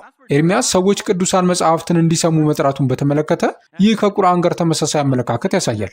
አዎ መጽሐፍቶቻችሁን ስሙ፣ ነገር ግን በተመሳሳይ ጊዜ የጸሐፊዎች የሐሰት ብዕር አንዳንዶቹን ክፍሎች በሐሰት እንደለወጣቸው ወቁ። ሁሉም አልተለወጡም። ስለዚህ አንዳንድ ክፍሎች አሁንም ጥሩ ናቸው። ያንን ስሙ። ባጭሩ እኔ የቁርአን አመለካከት ነው ብዬ ለማሳየት የሞከርኩት ይህንን ነው። ሁላችሁንም በጣም አመሰግናለሁ። All right, Shabir, towards the end there, said that we have to interpret Scripture in the light of Scripture. That's actually been my position all along. እሺ ሻቢር፣ በመጨረሻ አካባቢ ቅዱሳን መጽሐፍትን በቅዱሳን መጽሐፍት ብርሃን መተርጎም አለብን ብለሃል። ይህ በእርግጥ ከመጀመሪያው ጀምሮ የእኔ አቋም ነው። ቁርአን ስለ ተውራትና ኢንጂል ስለሚለው ነገር ስንነጋገር ግልጽ የሆኑት አንቀጾች አላህ ተውራትንና ኢንጂልን አውርዷል። አይሁዶችና ክርስቲያኖች አሁንም ተውራትና ኢንጂል አሏቸው። አይሁዶች በተውራት እንዲፈርዱ ታዘዋል። ክርስቲያኖች በኢንጂል እንዲፈርዱ ታዘዋል። በተውራትና በኢንጂል እንዲሁም ከጌታችሁ በወረደላችሁ መገለጥ ላይ ካልቆማችሁ የምትቆሙበት መሰረት የለባችሁም የሚሉ ናቸው። እነዚህ ግልጽ አንቀጾች ናቸው። ግልጽ ያልሆኑት ወይም አሻሚ አንቀጾች የትኞቹ ናቸው? እንግዲህ እዚያ ጋር ያለው ሰው ስለ መሐመድ የሆነ ነገር ጽፎ ይህ ከአላህ ዘንድ ነው ብሎ መናገሩ፣ ስለዚህም ተውራት ተበርዟል ማለት ነው የሚለው አይነት ትርጓሜ ነው። ይህ ማለት ተውራት ተበርዟል ማለት ነው? እንዴት እንደሆነ አይታየኝም። ነገር ግን ቢያንስ ይህ ከብዙ ትርጓሜዎች አንዱ ነው ማለት አለብህ። አብዛኞቹ ትርጓሜዎች ደግሞ ከተውራት መበረዝ ጋር ምንም ግንኙነት የላቸውም። ስለዚህ ስለ ተውራትና ኢንጂል መውረድ፣ መጠበቅና ስልጣን የሚናገሩ ግልጽ መግለጫዎች እያሉ በሌላ በኩል ደግሞ በብዙ መንገድ ሊተረጎሙ የሚችሉና አብዛኞቹም ከጽሑፉ መበረዝ ጋር ግንኙነት የሌላቸው ሌሎች አንቀጾች ካሉክ አሻሚዎቹን አንቀጾች በግልጽ አንቀጾች ብርሃን ትተረጉማለህ። ነገር ግን ይህንን ስታደርግ ቁርአን የተውራትና የኢንጂልን መውረድ፣ መጠበቅና ስልጣን እንደሚያረጋግጥ ተረድተህ ትወጣለህ። አሁን የሻቢር አቋም ቁርአን በመጽሐፍ ቅዱስ ውስጥ ያሉ የተወሰኑ ጥሩ ነገሮችን ያረጋግጣል፣ ነገር ግን ተጠንቀቁም ይላል የሚል ነው። ቁርአን ግን በጭራሽ ስለ ተውራትና ኢንጂል ተጠንቀቁ አይልም። ቁርአን ስለ ተውራትና ኢንጂል ከማወደስ በቀር ምንም አያደርግም። እዚህ ጋር አብዱላ ሰይድ የተባሉ ሙስሊም ምሁርን ጥቅስ ልጨምር። እርሳቸውም እንዲህ ይላሉ። በምንም አይነት የቁርአን አንቀጽ ውስጥ ስለ አይሁድና ክርስቲያን ቅዱሳን መጽሐፍት ዝቅ የሚያደርግ አስተያየት የለም። ይልቁንም አክብሮትና ታላቅነት ነው ያለው። ማንኛውም ነቃፊ ንግግሮች ስለ መጽሐፉ ሰዎች፣ ስለ ግለሰቦች ወይም ስለ ቡድኖችና ስለ ተግባራቸው እንጂ ስለ መጽሐፍቱ አይደለም። ለዚህ ነው ሻቢር መጥፎ ነገር ስለሚያደርጉ ሰዎች የተነገሩትን ጥቅሶች ወስዶ ጽሑፎቻችሁ ተበርዘዋል ወደሚል ድምዳሜ የሚደርሰው። ቁርአን ግን ጽሑፎቹን አይነቅፍም። ቁርአን ሰዎቹን ነው የሚነቅፈው። ቁርአን ጽሑፎቹን ከማወደስ ውጪ ምንም አያደርግም። አሁን ሻቢር ያስቀመጠውን ዘዴ ማለትም ቅዱስ መጽሐፍን በቅዱስ መጽሐፍ ብርሃን የመተርጎም ዘዴን ብንጠቀም በቁርአን ውስጥ የእኛን ቅዱሳን መጽሐፍት የሚነቅፍ አንድም ቦታ የለም። ስለዚህ እሱ የጠቀሳቸው ሁለት ጥቅሶች ቢያንስ በግልጽ የእኛን ጽሑፎች መበረዝ አያመለክቱም። ሻቢር አንደኛውን ጥቅስ እዚህ ጋር ክርስቲያኖችን እየነቀፈ ነው፣ ስለዚህ ምናልባት ይህንን በወንጌል ላይ እያደረጉት ሊሆን ይችላል ለማለት ሞክሯል። ልብ በሉ እዚያ ጋር ምንም ግልጽ ነገር የለም አይደል? አላህ በቁርአን ውስጥ ቃላቶቹ ግልጽ እንደሆኑ ደጋግሞ ይናገራል። አይሁዶች ሆይ ተውራት እያላችሁ ለምን ወደ መሐመድ ትመጣላችሁ ካለ አላህ ማለቱ የተናገረውን እንደሆነ እረዳለሁ። የወንጌል ሰዎች አላህ በውስጡ ባወረደው ይፍረዱ ካለ አላህ ማለቱ የተናገረውን እንደሆነ እረዳለሁ። ሻቢር በሱራ 5 ቁጥር 68 ላይ ከጌታችሁ ወደ እናንተ የወረደውን ሁሉ የሚለው ቁርአንን ይጨምራል ብሏል። በፍጹም አይደለም። ቁርአን ለመጽሐፉ ሰዎች በወረዱት ወይም እንደ መዝሙርና ሌሎች እና ለሙስሊሞች በወረደው መካከል ልዩነት ያደርጋል። ለዚህ ነው ሙስሊሞች በእኛ ላይ በወረደውና በእናንተ ላይ በወረደው አመንን እንዲሉ የሚነግራቸው። ስለዚህ ቁርአን ራሱ ልዩነት ያደርጋል። ቁርአን በእኛ ላይ የወረደው አይደለም። አሁን ቁርአን ደጋግሞ የእግዚአብሔር ቃል መውረዱን መጠበቁንና ስልጣኑን እያረጋገጠ እያለ ለምን ሙስሊሞች መጽሐፍቱ ተበርዘዋል ለማለት እንዲህ ይጨነቃሉ? ምክንያቱም በመጽሐፍቱ ውስጥ ምን እንዳለ ያውቃሉ። ለዚህ ነው ሻቢር ዴቪድ ሁለት ሀሳቦችን ጠቀስክ፣ ለምን የኢብን አባስን አልጠቀስክም ያለው። በመጀመሪያ ስለ ኢብን አባስ ያሉት ምንጮች እርስ በርሳቸው ይቃረናሉ። ማንም ጽሑፉን ሊለውጥ እንደማይችል የሚናገሩ ሌሎች ስለ ኢብን አባስ የሚገልጹ ምንጮች አሉ። ነገር ግን ያ ኢብን አባስ ነው። እኔ ሁለቱን አዲሶች የጠቀስኩት መሐመድ ራሱ እየተናገረ ስለነበረ ነው። በእስልምና መሐመድ የቁርአን ታላቅ ተርጓሚ መሆኑን ጠቁሜያለሁ። ስለዚህ እርሱ አይሁዶች ተውራት አላቸው፣ ክርስቲያኖችም ኢንጂል አላቸው ሲል ቁርአን በሚለው መሰረት እየተረጎመ ነው። መሐመድም ከእኔ ጋር ይስማማል። ኢብን አባስ ደግሞ አላህንና መሐመድን ሊሽር አይችልም። ታዲያ ቁርአን እንዲህ እያለ ለምን ሙስሊሞች መጽሐፍቱ ተበርዘዋል ማለት ፈለጉ? ሻቢር ጠቁሞታል። የእኛ ጽሑፎች ከቁርአን ጋር ይጋጫሉ። ሙስሊሞችም በጊዜ ሂደት የተረዱት ነገር ወይ ክርስቲያኖች የእግዚአብሔር ቃል አላቸው ወይም የላቸውም የሚል ነው። የእግዚአብሔር ቃል ካለን እስልምና ሐሰት መሆን አለበት፣ ምክንያቱም እስልምና ቅዱሳን መጽሐፍቶቻችንን ይቃረናል። ነገር ግን የእግዚአብሔር ቃል ከሌለን እስልምና አሁንም ሐሰት ነው፣ ምክንያቱም ቁርአን የእኛም መጽሐፍት እያረጋገጠና እውነተኛ መጽሐፍት እንዳሉን እየተናገረ ስለሆነ። ስለዚህ መጽሐፍ ቅዱስ የእግዚአብሔር ቃል ቢሆንም ባይሆንም እስልምና ሐሰት ሆኖ ይገኛል። ሙስሊሞች ይህንን ተገንዝበዋል። ለዚህም ነው የእኛ መጽሐፍት ወይም መጽሐፍ ቅዱስ ተበርዟል ለማለት የተገደዱት። አሁንም በእጃቸው ያለው የእግዚአብሔር ቃል መሆኑን ለማረጋገጥ አለመሞከሩ ነው። ሁላችሁንም አመሰግናለሁ። Whether the Bible is the word of God or not, Islam turns out to be false. Muslims recognize this, and they were forced to say that our scriptures have been corrupted.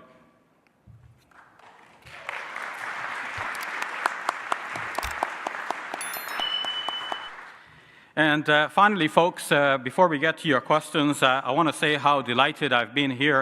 በመጨረሻ ወገኖቼ ወደ ጥያቄያችሁ ከመሄዳችን በፊት ዛሬ ምሽት በእናንተ ፊት ቀርቤ በመናገሬ ምን ያህል ደስተኛ እንደሆንኩ መግለጽ እፈልጋለሁ። በጣም ትሁትና አስተዋይ አድማጮች ነበራችሁ። ለዚያም አመሰግናችኋለሁ።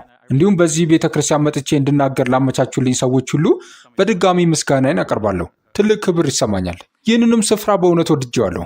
አንዳንዶቻችሁ በዚህ ሰዓት በልባችሁ ለእኔ ጸሎት እያደረጋችሁ ይሆናል። እንግዲህ ዴቪድ አሻሚ የሆኑ አንቀጾችን ግልጽ በሆኑት ብርሃን መተርጎም አለብን ማለቱ ትክክል ነው። እንዲያውም አንቀጾቹን ግልጽ ከሆነው ሰፊ እይታ አንጻር መረዳት ያስፈልገናል። ታዲያ ይህ ሰፊ እይታ ምንድን ነው? ዋና ዋና ነጥቦች እነዚህ ናቸው። ኢየሱስ ወደ ቤተ መቅደስ ይገባል፣ የኢሳይያስን ጥቅልል መጽሐፍ ይከፍታል፣ ከዚያም ይሰብካል። ነቢዩ መሐመድ ሰላም በእርሱ ላይ ይሁን በቀደሙት ቅዱሳን መጽሐፍት እንዲህ ያደረገበት አንድም የታሪክ ዘገባ የት ይገኛል? ቁርአኑ እነሆ የቀደሙት መጽሐፍቶቻችሁ ሁሉ ጥሩ ናቸው፣ ተውራት ጥሩ ነው፣ ኢንጂል ወይም መጽሐፍ ቅዱስ ሁሉ ጥሩ ነው የሚል ከሆነ ለምን ከዚያ መጽሐፍ አልሰበከም? ሌላው ነጥብ ክርስቲያኖች አዲሱን ኪዳን ከእርሱ በፊት ከነበረው ከብሉይ ኪዳን ጋር አያይዘውታል። ሙስሊሞች ግን ለምን ቁርአንን ከብሉይና ከአዲስ ኪዳን ጋር አያይዘው አሁን ደግሞ የመጨረሻው ኪዳን አለን አላሉም? ማለትም ብሉይ ኪዳን፣ አዲስ ኪዳንና የመጨረሻው ኪዳን በአንድ ላይ ተጠርዞ አንድ ትልቅ መጽሐፍ ለምን አልሆነም? እርግጥ ነው ትልቅ መጽሐፍ ይሆን ነበር። ነገር ግን ዋናው ጉዳይ ቁርአን ከመጀመሪያው ጀምሮ በራሱና በቀደሙት መጽሐፍት መካከል ግልጽ የሆነ ልዩነት ማድረጉ ነው። ሙስሊሞችም ገና ከመጀመሪያው ይህንን ያውቁ ነበር። ለዚህም ነው ስለ ቁርአን የተጻፉ ሰነዶችን ለመሰብሰብ የደከሙት እንጂ ያንን ከቀደሙት መጽሐፍት ጋር ለማያያዝ አልሞከሩት። መጽሐፍ ቅዱስ ለቁርአን ተርጓሚዎች የመጽሐፍ ቅዱስ ታሪኮችን በዝርዝር ለመረዳት የሚያገለግል የመረጃ ምንጭ ብቻ ነበር እንጂ የቁርአንን አንቀጾች የሚተካ አልነበረም። ስለዚህ ቁርአን በሙስሊሞች አእምሮ ውስጥ የራሱ የሆነ የላቀ ስፍራና ልዩነት ነበረው። ሰፊው እይታ ይህ ነው። አብዱላ ሰይድን በተመለከተ እኔ ተውራትና ኢንጂል ቁርአን በሚወርድበት ጊዜ ሳይነኩ ቆይተዋል የሚለውን ጽሑፉን አንብቤዋለሁ። ነገር ግን በሐሳቡ አልተስማማውም። ለዚህም ምክንያቶችን ቀደም ብዬ ገልጫለሁ። ዴቪድ ቁርአን ለአይሁዶችና ለክርስቲያኖች የታሰበ አይደለም የሚለውን ደጋግሞታል። ይህም ማለት እያንዳንዱ ማህበረሰብ የራሱ መጽሐፍ አለው ማለት ነው። ነገር ግን በክርክሩ ወቅት የተናገርኩትን ችላ ብሎታል። ሱራ 5 አንቀጽ 15 እና 19 እንዲሁም ሱራ 4 አንቀጽ 47ን ጠቅሻለሁ። በእነዚህም ውስጥ ቁርአን አይሁዶችና ክርስቲያኖች ከአሁን በፊት ከወረደላቸው መጽሐፍ በተጨማሪ በዚህ መጽሐፍ ወይም በቁርአን ማመን እንዳለባቸው የሚጠይቅ መሆኑ በጣም ግልጽ ነው። አሁን ዴቪድ ነቢዩ መሐመድ ዋነኛው ስለሆነ የኢብን አባስን ቃል መጥቀስ የለብንም ብሏል። ነገር ግን የመረጃው አስተማማኝነትም ጥያቄ ውስጥ ይገባል።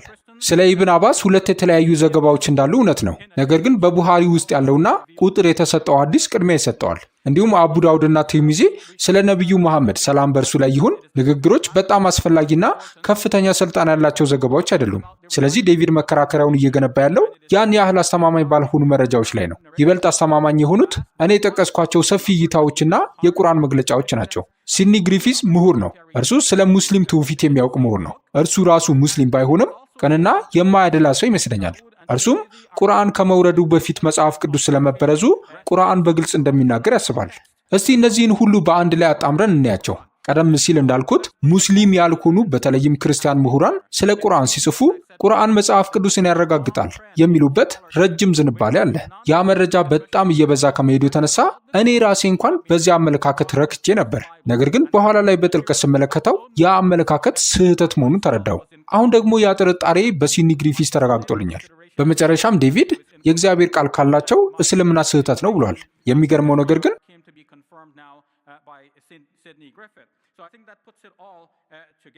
Now, finally, David says that if they have the word of God, then Islam is wrong. It's interesting that he didn't try to prove that they still have the word of God. Thank you.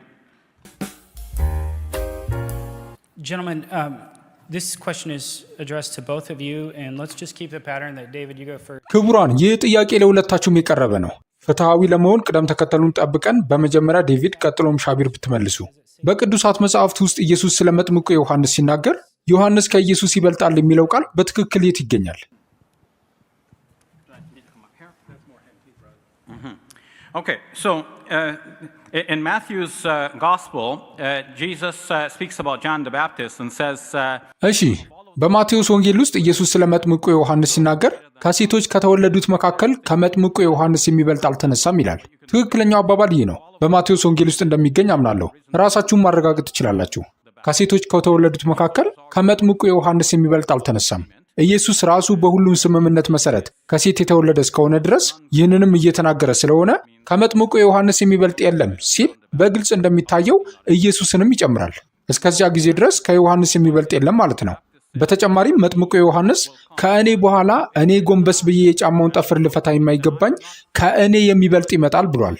ለዚህኛው ትክክለኛው የመጽሐፍ ቅዱስ ጥቅስ አሁን በእጄ ባይኖርም ራሳችሁ መመልከት ትችላላችሁ። ስለዚህ ከዮሐንስ በኋላ የሚመጣው ከዮሐንስ ይበልጣል። ኢየሱስ ደግሞ ዮሐንስ ከኢየሱስ ይበልጣል እያለ ነው። ስለሆነም በኋላ የሚመጣው ከዮሐንስ ይበልጣል። ዮሐንስ ደግሞ ከኢየሱስ ይበልጣል። ስለዚህ በኋላ የሚመጣው ከኢየሱስ ይበልጣል ማለት ነው። ይህም ማለት እርሱ ኢየሱስ አይደለም፣ ሌላ ሰው ነው። ለሙስሊሞች ያ ሰው ማን ነው? ይህንንም መርህ ተጠቅማችሁ ሁኔታውን በጥቅሉ ብትመለከቱት ይህ ሰው መሐመድ መሆኑን ትረዳላችሁ። This is the person here, Muhammad.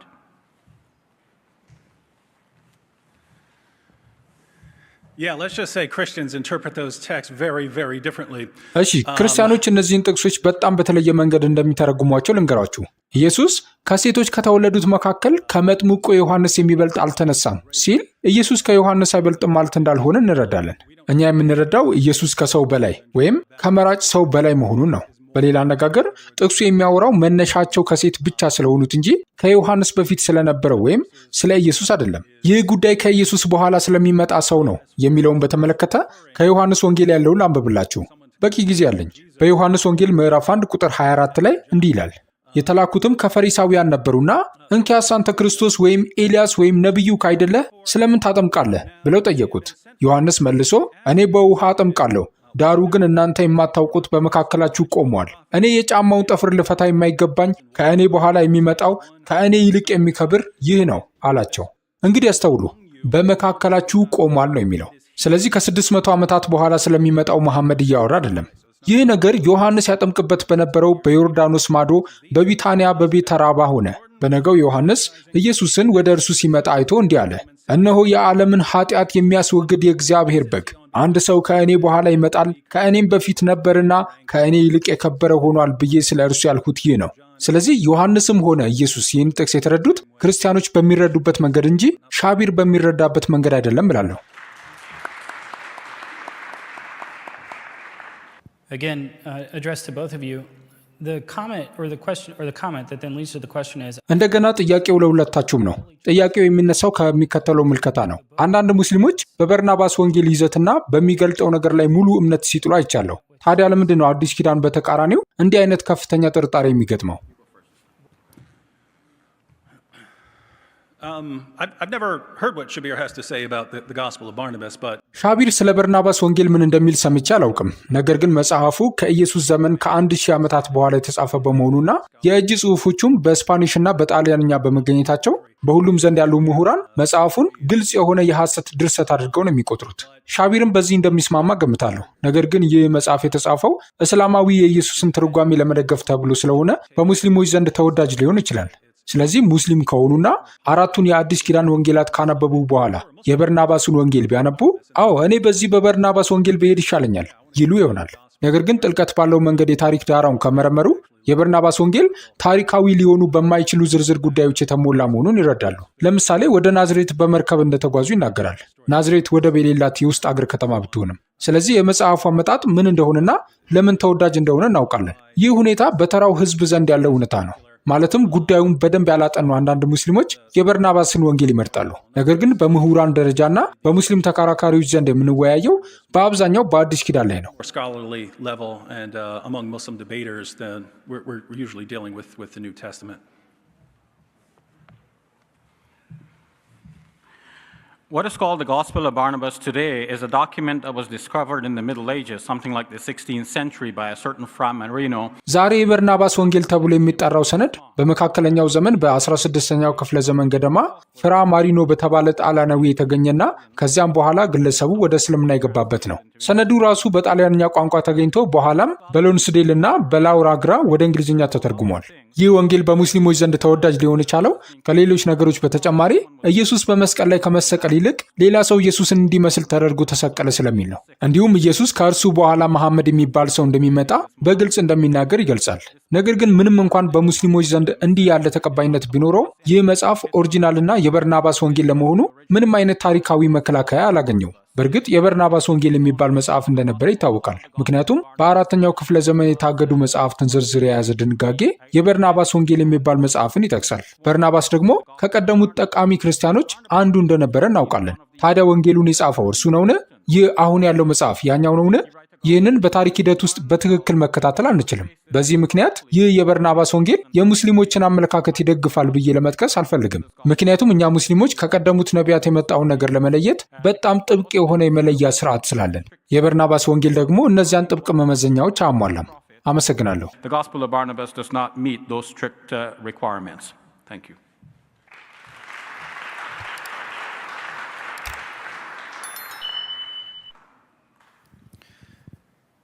Gentlemen, what does the Quran say about Jesus Christ? Who was he? Was he God or was he a prophet? ክቡራን፣ ቁርአን ስለ ኢየሱስ ክርስቶስ ምን ይላል? እርሱ ማን ነበር? አምላክ ነበር ወይስ ነቢይ? From the Quran, it is very clear that Jesus was not God. In fact, በቁርአን ውስጥ ኢየሱስ አምላክ እንዳልነበረ በጣም ግልጽ ነው። እንዲያውም በንግግሬ መጀመሪያ ላይ የጠቀስኳቸው የቁርአን አንቀጾች ማለትም ሱራ 3 አንቀጽ 79 እና 80 ኢየሱስ ሰዎች እንዲያመልኩት ሊናገር እንደማይችል ያረጋግጣሉ። ሌሎች አንቀጾችንም ለዚህ ማስረጃ መጥቀስ ይቻላል። ለምሳሌ ሱራ 5 አንቀጽ 116 እና ቀጥሎ ያሉት እንዲሁም ሱራ 4 አንቀጽ 171 እና ተከታዮቹ። ስለዚህ ቁርአን አንድ አምላክ ብቻ እንዳለ በጣም ግልጽ ነው። ሶስት የሚለውን ቃል አትናገሩ፣ አንድ ብቻ በሉ፣ አንድ አምላክ ያ በቂ ነው ይላል። ለኢየሱስም ሆነ ለእናቱ አምላክነትን አትስጡ ይላል። ይህ ምናልባት ማርያምን እንደ ቴዎኮስ ወይም የአምላክ እናት ለሚቆጥሩት የካቶሊክ እምነት ተከታዮች የተሰጠ ማሳሰቢያ ሊሆን ይችላል። ቁርአን በሌላ በኩል ኢየሱስ ነቢይ እንደነበረ አጥብቆ ይናገራል። እንደሚታወቀው ፕሮፌት የሚለው የእንግሊዝኛ ቃል ትርጓሜ ብዙዎች አስቀድሞ የሚያይ ሰው ይመስላቸዋል። ትርጉሙ ግን ያ አይደለም። በግሪክ ፕሮፌቴስ ማለት ስለሌላ ወገኖች የሚናገር ማለት ነው። ይህም ናቢ ከሚለው የዕብራይስጥ ቃል ጋር ይገናኛል። ትርጉሙም ስለ ወደፊቱ መረጃ የሚሰጥ ማለት ነው። በአረብኛም ነባአ ወይም መረጃ ሰጪ ከሚለው ቃል የመጣ ነው። ስለዚህ ነቢይ ማለት ስለ እግዚአብሔር ሆኖ የሚናገር እንጂ ራሱ እግዚአብሔር አይደለም። ስለሆነም ቁርአን ኢየሱስ ሰላም በእርሱ ላይ ይሁን በኃይልና በእውቀት ውስንነት የነበረው ሰው እንደነበረ ያረጋግጣል። አዲስ ኪዳንም ለዚህ ማስረጃ እንደሚሰጥ አምናለሁ። and knowledge, and I believe that the New Testament bears evidence to that as well.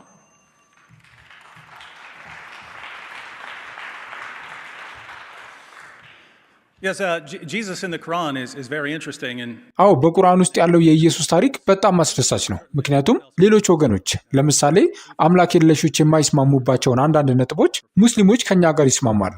አምላክ የለሾች ኢየሱስ ከድንግል ተወለደ፣ ተአምራትን አደረገ በሚለው አይስማሙም። በቁርአን ግን ኢየሱስ ከድንግል የተወለደ ነው። በታሪክ ውስጥ ከተመዘገቡት ሁሉ እጅግ ተአምራዊ የሆነ ሕይወትን መርቷል። ቁርአን መሲህ ብሎ ይጠራዋል። እንዲያውም በመጨረሻው አካባቢ በተአምራዊ ሁኔታ መዳኑ ተገልጿል። ስለዚህ ብዙ አስገራሚ ተመሳሳይነቶች አሉ።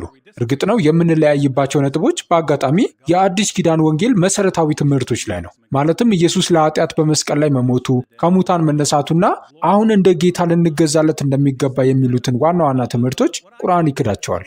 ነገር ግን እኔን የሚገርመኝ በእስልምናም ቢሆን ኢየሱስ ከሌሎች ሰዎች ሁሉ እጅግ በጣም የተለየ መሆኑ ነው። በክርስትና አስተምህሮ ኢየሱስ ከድንግል መወለዱ፣ በታሪክ እጅግ ተአምራዊ ሕይወት መኖሩና የሙታን ትንሣኤን የመጀመሪያው እርሱ መሆኑ ትርጉም ይሰጣል። በእስልምናም ኢየሱስ ከሌላው ሰው ሁሉ በተለየ ከድንግል ተወልዷል። በቁርአን ውስጥ ከማንም በላይ ተአምራዊ ሕይወት የኖረው እርሱ ነው። እንደ ሌሎች ብዙ ነቢያት ሳይገደል አላህ አድኖታል። ጥያቄው ግን ለምን ይህ ሰው የሚለው ነው። ለምንድን ነው ኢየሱስ ብቻ እንደ የተለየ የሆነው? አንድ ሙስሊም ሊሰጠው የሚችለው መልስ አላህ ስለፈለገ ነው የሚል ብቻ ነው። ነገር ግን ኢየሱስ ከሌሎች ሁሉ የተለየ ሆኖ የሚታይበት ይህ ምስል ከክርስቲያኖች አመለካከት ጋር ይበልጥ የሚስማማ ይመስላል። fit better with the Christian view.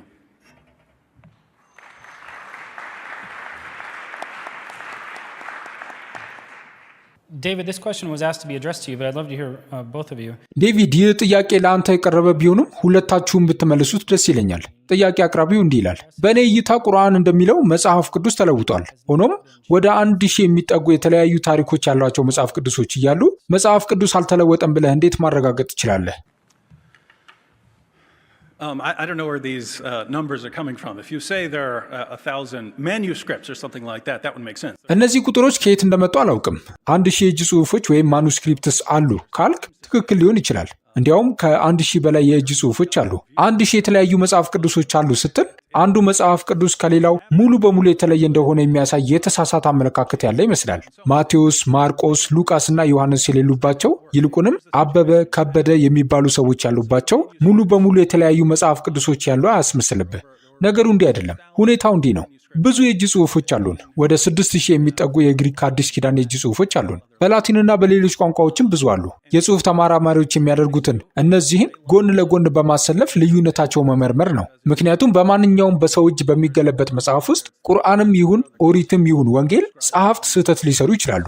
ነገር ግን አብዛኛውን ጊዜ እነዚህን ስህተቶች መለየት ይቻላል። አብዛኛዎቹ ልዩነቶች የፊደል አጻጻፍ ልዩነቶች ናቸው። ለምሳሌ ዮሐንስ የሚለውን ስም በአንድ ን ወይም በሁለት ን የመጻፍ ያህል ናቸው።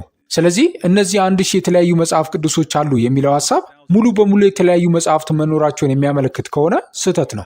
የቃላት ልዩነቶች ቢኖሩም ጥብቅ የሆኑ ምሁራን እንኳን ምንም አይነት ዋና የአዲስ ኪዳን ትምህርት በእነዚህ ልዩነቶች እንደማይነካ ይስማማሉ።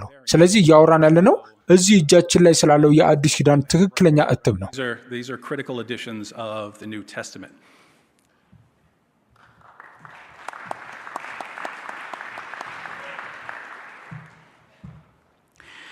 To me, the problems are many with regards to the New Testament and its manuscripts. ለእኔ በአዲስ ኪዳንና በእጅ ጽሑፎች ላይ ያሉ ችግሮች ብዙ ናቸው። ዴቪድ ስለጠቀሳቸው 6000 የእጅ ጽሑፎች ብንመለከት ሁለቱ እንኳን በትክክል አንድ አይነት አይደሉም። ይህ ማለት አንዱን ከሌላው የሚለዩ ብዙ ስህተቶች አሉባቸው ማለት ነው። ነቢዩ መሐመድ ሰላም በእርሳቸው ላይ ይሁን በነበሩበት ዘመን ሰዎች እነዚህን ብዙ የተለያዩ የእጅ ጽሑፎች ይዘው እያንዳንዱ ከሌላው የተለየ በነበረበት ጊዜ ብዙ ክርስቲያኖች ቁርአን ስለ መጽሐፍ ቅዱሳችን የሚናገረውን በጎ ነገር እያሰቡ ሊሆን እንደሚችል መገመት ትችላላችሁ። የእኛ መጽሐፍ በእውነት እንደዚያ ነው ወይ ብለን መጠየቅ አለብን። ምክንያቱም ዛሬ ቤተ ክርስቲያን ስትሄድ ጎረቤት አንተ በክንድህ ስር የያዝከውን አይነት መጽሐፍ ቅዱስ እንደሚያነባው አይነት አይደለም። በዚያን ዘመን ሁሉም ሰው እጁ ላይ ያለው ነገር የተለየ ነበር። ለምሳሌ የማርቆስ ወንጌል መጨረሻ ትልቅ ችግር ሆኖ ቆይቷል። ምክንያቱም ማርቆስ ምዕራፍ 16 ቁጥር 8 ላይ ሴቶቹ ከመቃብር ሸሽተው ለሰው ምንም ሳይናገሩ እንደቀሩ ይገልጻል። ስለፈሩ ሰዎች ይህን መጨረሻ ለመሙላት ተጣደፉ። ስለዚህ አጭር መጨረሻ፣ ረጅም መጨረሻ፣ ሁለቱንም የሚያቀላቅል የእጅ ጽሑፎች አሉ። ሰዎች በክርስቲያን ቅዱሳት መጽሐፍት ላይ ብዙ ነገሮችን ያደርጉ ነበር። እነዚህ ሰዎች መጽሐፉን ለማሰራጨት የሚፈልጉ ጥሩ ሰዎች ቢሆኑም ለውጦችን አድርገዋል። አብዛኞቹ ለውጦች የተደረጉት አዲስ ኪዳን ራሱ በሚጻፍበት ጊዜ ነው። ስለዚህ በአራቱ ወንጌላት መካከል ብዙ ልዩነቶችን እናገኛለን። እያንዳንዱ በራሱ መንገድ ኢየሱስን ለመግለጽ ሲሞክር፣ አንዳንዶቹ ግን በተሳሳተ መንገድ ገልጸውታል። አመሰግናለሁ። Between the four Gospels, each one in its own way trying to represent Jesus, some misrepresenting him. Thank you. What translations did Muhammad refer to when citing the Torah and the Gospels? መሐመድ ተውራትንና ኢንጂልን ወይም ወንጌልን ሲጠቅስ የትኞቹን ትርጉሞች ይጠቀም ነበር? መሐመድ ግሪክኛ፣ ዕብራይስጥ ወይም በዚያን ጊዜ ቅዱሳት መጽሐፍት የሚገኙባቸውን ሌሎች ቋንቋዎች ማንበብ ይችል ነበር? So, the reports which have come down to us in traditional Muslim literature show that the Prophet Muhammad, on whom be peace, was not trained to read or write. በሙስሊም ወጎች ውስጥ የሚገኙት ዘገባዎች እንደሚያሳዩት ነቢዩ መሐመድ ሰላም በእርሱ ላይ ይሁን ማንበብም ሆነ መጻፍ አልተማሩም ነበር። ቁርአንም በሱራ 7 አንቀጽ 157 ላይ ነቢዩ አልኡሚ ወይም ያልተማረው ነቢይ ብሎ በመጥራት ይህንኑ ያረጋግጣል። ሙስሊም ወጎች እንደሚገልጹት የአይሁድና የክርስቲያን እምነት ተከታዮች ቅዱሳት መጽሐፍቱን በዋናው ቋንቋው እያነበቡ ለሙስሊሞች በአረብኛ ምን እንደሚል ይነግሯቸው ነበር። ስለዚህ ስለ ቅዱሳት መጽሐፍቱ የነበረው መረጃ በቀጥታ ሳይሆን በሌላ ሰው በኩል የመጣ ነበር። የሚገርመው ግን ቁርአን ስለ ክርስቲያን ቅዱሳት መጽሐፍት እንዴት እንዲህ ያለ ዝርዝር እውቀት ሊኖረው ቻለ? ቁርአን ታሪኮቹን እንደገና በመጻፍ የታዩትን ችግሮች ያስወግዳል። ለምሳሌ መጽሐፍ ቅዱስ ውስጥ እባብ ለሴቲቱ ይናገራል። እባብ ደግሞ እንደማይናገር እናውቃለን። ይህ ተአምር እንደሆነም አልተገለጸም። መጽሐፍ ቅዱስን የጻፈው ሰው እባብ ይናገራል ብሎ ያሰበ ይመስላል። ቁርአን ግን እባብን ሳይጠቅስ ሰይጣን በጆሮአቸው ሹክ አላቸው ወይም ወሳዊስ አደረጋቸው ይላል። ቁርአን እንዲህ ያሉ ማስተካከያዎችን ማድረጉ ትኩረት የሚስብ ነው። መጽሐፍ ቅዱስ ሴቲቱ ከወንዱ ጎድን እንደተፈጠረች ይናገራል። ይህም የሴቲቱ አፈጣጠር በእግዚአብሔር ዕቅድ ውስጥ እንደ ሁለተኛ ደረጃ ያሳያል። ቁርአን ግን ከመጀመሪያው ጀምሮ አላህ ሁለታችንንም እንደፈጠረ ይገልጻል። እንዲያውም ነፍስ የሚለው ቃል በአረብኛ የሴት ጾታን ስለሚያመለክት ምናልባትም ሴቲቱ ቀድማ ተፈጥራ ሊሆን ይችላል። አላህ ግን የተሻለ ያውቃል። And in fact, if one wanted to argue, one could say, because nafs is grammatically feminine, maybe the woman was created first, and God knows best.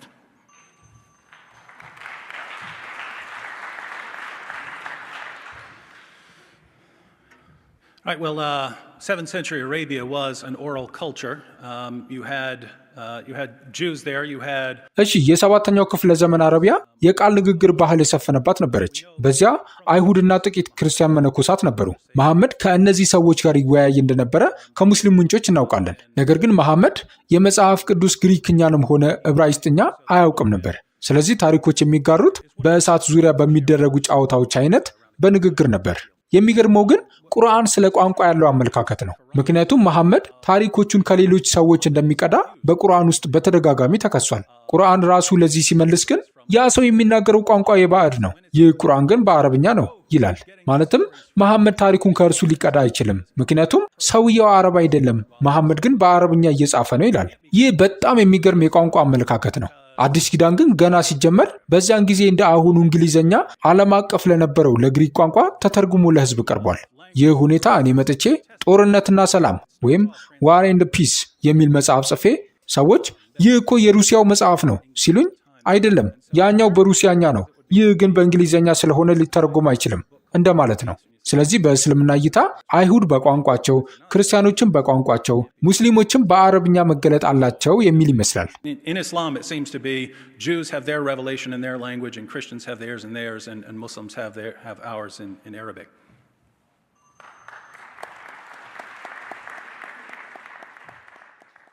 Why would Muhammad be willing to accept the Torah and the Gospel? መሐመድ ተውራትንና ኢንጂልን ወይም ወንጌልን ለመቀበል ለምን ፈቃደኛ ሆነ? በውስጣቸው ያለውን ይዘት በተለይም ኢየሱስ አምላክ መሆኑን የሚያሳዩትን ወይም ከቁርአን ጋር የሚቃረኑትን ክፍሎች ያውቅ ነበር? I'm going to give you my belief, which is how I make sense of the various passages. እዚህ ላይ ስለ ሁኔታው ያለኝን እምነት ልንገራችሁ። ምክንያቱም ቁርአን ቅዱሳት መጽሐፍቶቻችንን እያረጋገጠ፣ በሌላ በኩል ግን የክርስቶስን አምላክነትና ስለ ኃጢአት መሞቱን ይቃወማል። እንደገናም ይህ የቃል ንግግር ባህል የሰፈነበት ዘመን ነበር። አይሁድና ክርስቲያኖች የራሳቸው መጽሐፍት ቢኖሯቸውም ታሪኮችን ግን በወሬ ይለዋውጡ ነበር። እኔ እንደማምነው መሐመድ ነቢይ መሆኑንና እርሱም ለአረቦች የተላከ ነቢይ መሆኑን እንዲሁም እነዚህን ሌሎች መጽሐፍት እያረጋገጠ እንደሆነ በጽኑ ያምን ነበር። እንደ አስተምህሮ ልዩነቶች ካሉ መሐመድ እነዚህን መጽሐፍት ራሱ ስለማያነባቸውና አይሁድና ሌሎችም ቃላትን እንደሚለውጡ ደጋግሞ ስለሚከስ ክርስቲያኖችና አይሁድ ከእግዚአብሔር የመጡ እውነተኛ መጽሐፍት አሏቸው የሚል ይመስለኛል።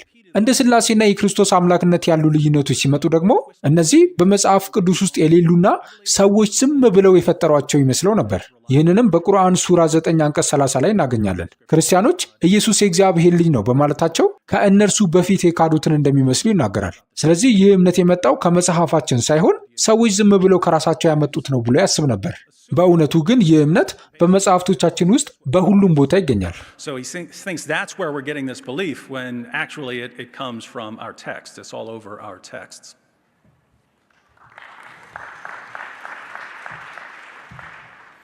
Of course, this is one of the central questions of our debate because በእርግጥ ይህ የክርክራችን አንዱ ማዕከላዊ ጥያቄ ነው። ምክንያቱም ዴቪድ እንደሚለው መሐመድ ቁርአኑ ከመጽሐፍ ቅዱስ የተለየ መሆኑን ካላወቀና ሁለቱም አንድ አይነት ነገር ያስተምራሉ ብሎ ካሰበ፣ ሙስሊሞች ግን በኋላ ላይ መጽሐፍ ቅዱስን ሲያነቡ ነው ልዩነቱን ያወቁት ከተባለ ቁርአን የኢየሱስን አምላካዊ ልጅነት በማንኛውም መልኩ በመወለድም ይሁን በጉዲፈቻ ደጋግሞ የሚክደው ለምንድን ነው? መሐመድ በነበረበት በዚያ 23 ዓመት የነብይነት ዘመን ውስጥ አንድም ሰው ቆይ ግን የክርስቲያን መጽሐፍት እኮ ልጁ ነው ይላሉ ብሎ ለምን አልነገረውም ነበር?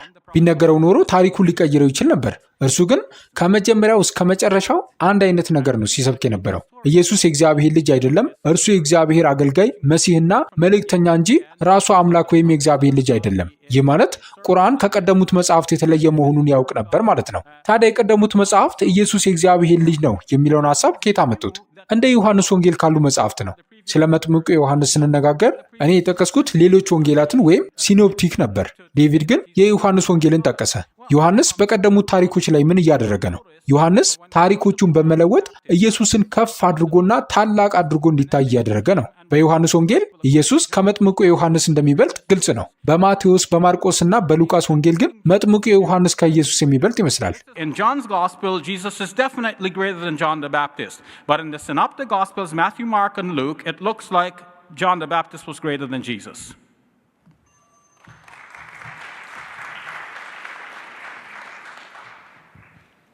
This question listed as number 12 on my list here says, በዝርዝሬ ላይ በ12ኛ ደረጃ ያለው ይህ ጥያቄ እንዲህ ይላል፣ ቁርአን ስለ ሥላሴ ምን ይላል? The Quran in the 4th chapter says, وَلَا تَقُولُوا ثَلَاثَةً, do not say three, انتهوا خير لكم, desist from that, it is better for you. ቁርአን በአራተኛው ምዕራፍ ላይ 3 ናቸው አትበሉ ይላል። ከዚህም ተከልከሉ ለእናንተ የተሻለ ይሆናል ይላል። ከቁርአን አንጻር አንድ አምላክ ብቻ ነው ያለው። ቁርአን እንደሚለው የቀደሙት ነቢያት ሁሉ ትምህርት ይህ ነበር። ምንም እንኳን ቁርአን በግልጽ ባይናገረውም ሙስሊሞች አዳም ነቢይ እንደነበረ ያምናሉ። ለሙስሊሞች በታሪክ ሁሉ ያለው ትምህርት አንድ ነው። አንድ አምላክ ብቻ አለ፣ እርሱንም ብቻ ልታመልኩ ይገባል። ከእርሱ ጋር ማንንም አታጋሩ። ስለዚህ ቁርአን ስላሴን በኋላ የመጣ ዝንፈት አድርጎ ይመለከተዋል።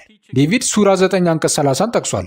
ይህም ክርስቲያኖች የቀደሙትን ከሃዲያን ትምህርት እንደሚከተሉ ይናገራል። ስለዚህ ቁርአን ይህን ትምህርት ክርስቲያኖች የወሰዱት ከቀድሞ ተረቶች እንደሆነ ይገልጻል። ቁርአንም ክርስቲያኖችን በፍቅር ይጠራቸዋል። እባካችሁ ይህን ተዉት፣ አንድ አምላክ ብቻ አለ በሉ፣ ምክንያቱም ትክክለኛው ትምህርት ይህ ነውና ይላል። በእርግጥ ይህ የቁርአን አባባል በቀደሙት መጽሐፍት ጥናት ይረጋገጣል። ብሉይና አዲስ ኪዳንን ስንመለከት የነቢያትና የኢየሱስም ትምህርት ይህ እንደሆነ እናያለን። በማርቆስ 12 ላይ አንድ ሰው መጥቶ ከሁሉ የምትበልጥ ትእዛዝ የትኛዋ ናት ብሎ ሲጠይቀው ኢየሱስ በዘዳግም 6:4 ላይ ያለውን ስማ እስራኤል ጌታ አምላካችን አንድ ጌታ ነው የሚለውን ደግሞለታል። ሰውየውም መምህር ሆይ አንድ ነው፣ ከእርሱም በቀር ሌላ አምላክ የለም ብለህ በእውነት ተናገርክ አለው። እዚህ ላይ ግልጽ የሆነው ያ አንድ አምላክ ሰውየው እያነጋገረው ያለው ኢየሱስ አለመሆኑን ነው። አመሰግናለሁ።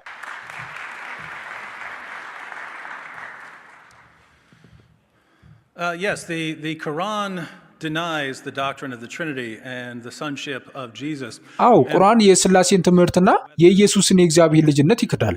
መሐመድ በክርስቲያን መጽሐፍት ውስጥ ያለውን ያውቅ ነበር ከሚለው የሻቢር ሐሳብ ጋር የማልስማማው ግን ቁርአን እኛ የምናምነውን ነገር በትክክል ስለማይገልጽ ነው።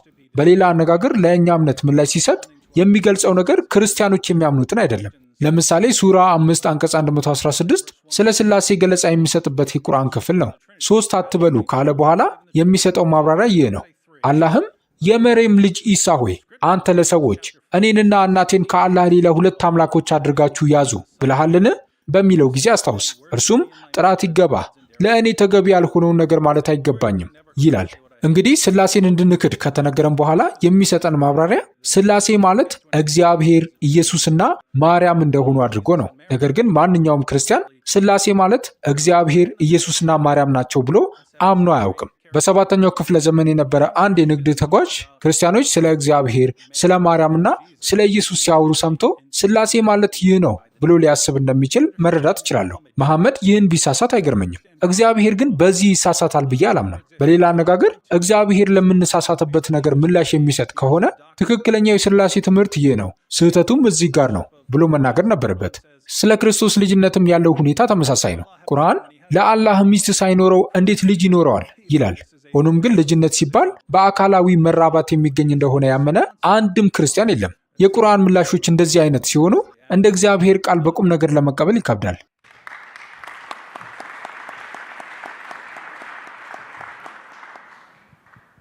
Gentlemen, do both of you have a copy of the Bible with you? There was a question related to John chapter 5 verses 19 to 21. ክቡራን ሁለታችሁ መጽሐፍ ቅዱስ በእጃችሁ ይገኛል?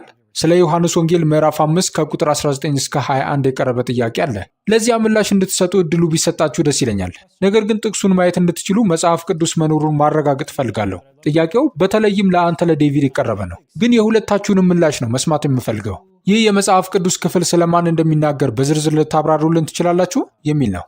በዝርዝር በአንድ ደቂቃ ውስጥ? Yeah, 90 seconds. I mean, just... አዎ በ90 ሰከንድ ውስጥ ዋናውን ነጥብ ብቻ ግለጽልን። መጀመሪያ ጥቅሱን ብታነብልንና ከዚያ በኋላ ሰዓቱን ብንጀምር ሁላችንም ለመስማት እድል እናገኛለን። Therefore Jesus answered and was saying to them, Truly, truly, I say to you... ኢየሱስም እንዲህ ሲል መለሰላቸው፣ እውነት እላችኋለሁ አብ ሲሰራ ያየውን ብቻ እንጂ ወልድ ከራሱ ምንም ሊያደርግ አይችልም። አብ የሚያደርገውን ሁሉ ወልድ ደግሞ ያደርጋልና አብ ወልድን ስለሚወድድ የሚያደርገውን ሁሉ ያሳየዋል። ትደነቁም ዘንድ ከእነዚህ የሚበልጥ ነገር ያሳየዋል። ምክንያቱም አብ ሙታንን እንደሚያስነሳ ሕይወትንም እንደሚሰጥ ወልድም ደግሞ ለሚፈቅደው ሁሉ ሕይወትን ይሰጣል። እሺ፣ ጥያቄው ይህ ስለማን እያወራ ነው የሚል ነው። ስለ ኢየሱስ ነው። ብዙ ዝርዝር አያስፈልገውም። ነገር ግን ጥቅሱን ላብራራው፣ ምክንያቱም በጣም አስደሳች ነው። ሙስሊሞች ብዙውን ጊዜ ኢየሱስ ከራሱ ምንም ሊያደርግ አይችልም የሚለውን በመጥቀስ አያችሁ፣ ይህ ማለት ነቢይ ነው ማለት ነው ይላሉ። ነገር ግን እርሱ ለምን ምላሽ እየሰጠ እንደሆነ ብታዩ ነገሩ ሌላ ነው። በቁጥር 17 ላይ ኢየሱስ በሰንበት ቀን እየሰራ ነበር። እነርሱም እንዴት በሰንበት ትሰራለህ ብለው ተቃወሙት። እርሱም አባቴ እስከ ዛሬ ይሰራል፣ እኔም ደግሞ እሰራለሁ አላቸው። የአይሁድ ረቢዎች እግዚአብሔር አጽናፈ ዓለምን ስለሚንከባከብ በሰንበትም ስራውን ይቀጥላል ይሉ ነበር። ኢየሱስ ደግሞ እኔም ያንኑ የማድረግ መብት አለኝ እያለ ነው። ስለዚህ ራሱን ከእግዚአብሔር ጋር አስተካክሎ ሌላ አምላክ ነኝ እያለ ነው ብለው ከሰሱት። ኢየሱስ ይህን ትርጓሜ ሲያርም ከአብ ተለይቼ እንደሌላ አካል ከራሴ ምንም ማድረግ አልችልም ማለቱ ነው። ነገር ግን ማንነቱ ሲገልጥ እርሱ በሙታን ላይ የሚፈርድና ሕይወትን የሚሰጥ መሆኑን ተናገረ። ንግግሩንም ያጠቃልላል። ንግግሩንም ሲያጠቃልል ቁጥር 21 ላይ ብናቆምም ለምን እንዲህ እንዳለ ምክንያቱን ሲናገር ሰዎች ሁሉ አብን እንደሚያከብሩት ወልድን ያከብሩት ዘንድ ፍርድን ሁሉ ለወልድ ሰጠው እንጂ አብ በማንም አይፈርድም። ወልድን የማያከብር የላከውን አብን አያከብርም ይላል። ኢየሱስ አብን እንደምታከብሩት እኔንም ልታከብሩኝ ይገባል እያለ ነው። አንድን አካል ልክ እንደ እግዚአብሔር ልታከብሩት የምትችሉት ያ አካል መለኮታዊ ባህሪና ማንነት ካለው ብቻ ነው። To honor him the same way you honor the Father, the only way you would honor the Son, the way you honor the Father, is if they have the same nature and attributes. That's the only way you would honor someone as you honor God.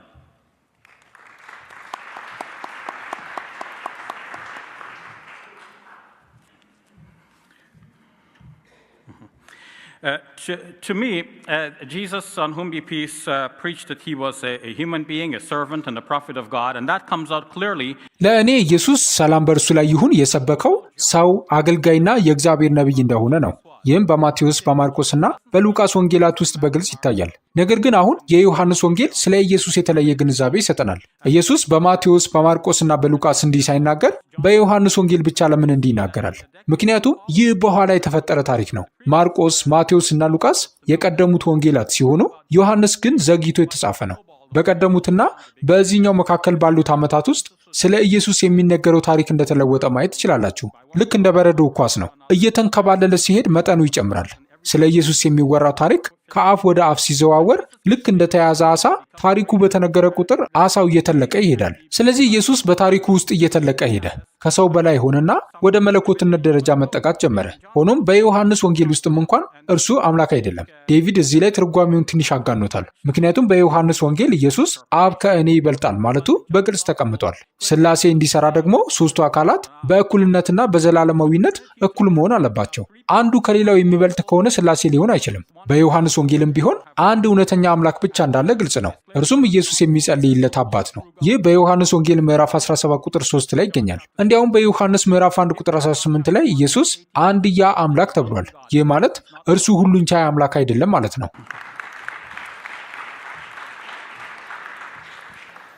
Was Muhammad's name mentioned in the gospel, and do Christians have to follow his teachings? የመሐመድ ስም በወንጌላት ውስጥ ተጠቅሷል።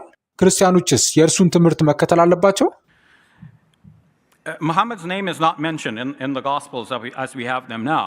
የመሐመድ ስም አሁን ባለንበት ወንጌል ውስጥ አልተጠቀሰም። ቁርአን ግን ኢየሱስ ለሕዝቡ ከእኔ በኋላ ስሙ አህመድ የሚባል መልእክተኛ ይመጣል ብሎ እንደሰበከ ይናገራል። አህመድ የሚለው ቃል ደግሞ በአረብኛ እንደ መሐመድ ሁሉ ምስጉን ከሚለው ስርወ ቃል የመጣ ነው። ሙስሊሞች ኢየሱስ ስለ መሐመድ ሲናገር በቁርአን ውስጥ ስለተገለጹት ስለ ነቢያችን መሐመድ ሰላም በእርሱ ላይ ይሁን እያወራ እንደነበረ ያምናሉ። አሁን ባለው ወንጌል ውስጥ ግን ኢየሱስ የነገሮች ሁሉ ፍጻሜ ተደርጎ ተወስዷል። ነገር ግን ይህ ማለት እውነታው ያ ነው ማለት አይደለም። ኢየሱስም የሰበከው ይህንኑ ነው ማለት አይደለም። እንዲያውም በአዲስ ኪዳን ውስጥ ኢየሱስ ከእርሱ በኋላ ስለሚመጣ አካል እንደተናገረ የሚጠቁሙ ፍንጮችን እናገኛለን። መጥምቁ ዮሐንስም ከእርሱና ከኢየሱስ የሚበልጥ አካል እንደሚመጣ መናገሩን አይተናል። ኢየሱስ ስለ ጰራቅሊጦስ ተናግሯል። በሶሪያ ቋንቋ ይህ ቃል አህመድ ከሚለው ጋር ተመሳሳይ ትርጉም ሊኖረው ይችላል። በዮሐንስ ወንጌል ምዕራፍ 14፣ 15 እና 16 ላይ የተጠቀሱትን ንግግሮች በጥንቃቄ ከመረመርን ይህ ጰራቅሊጦስ ሌላ ሰውን የሚያመለክት ይመስላል። ምንም እንኳን በዮሐንስ ወንጌል ምዕራፍ 14 ቁጥር 26 ላይ መንፈስ ቅዱስ ቢልም አንዳንዶች ይህ በኋላ ላይ የተጨመረ ነው ብለው ያስባሉ። John chapter 14 verse 26 specifically says the Holy Spirit, but that is thought by some to be a later corruption.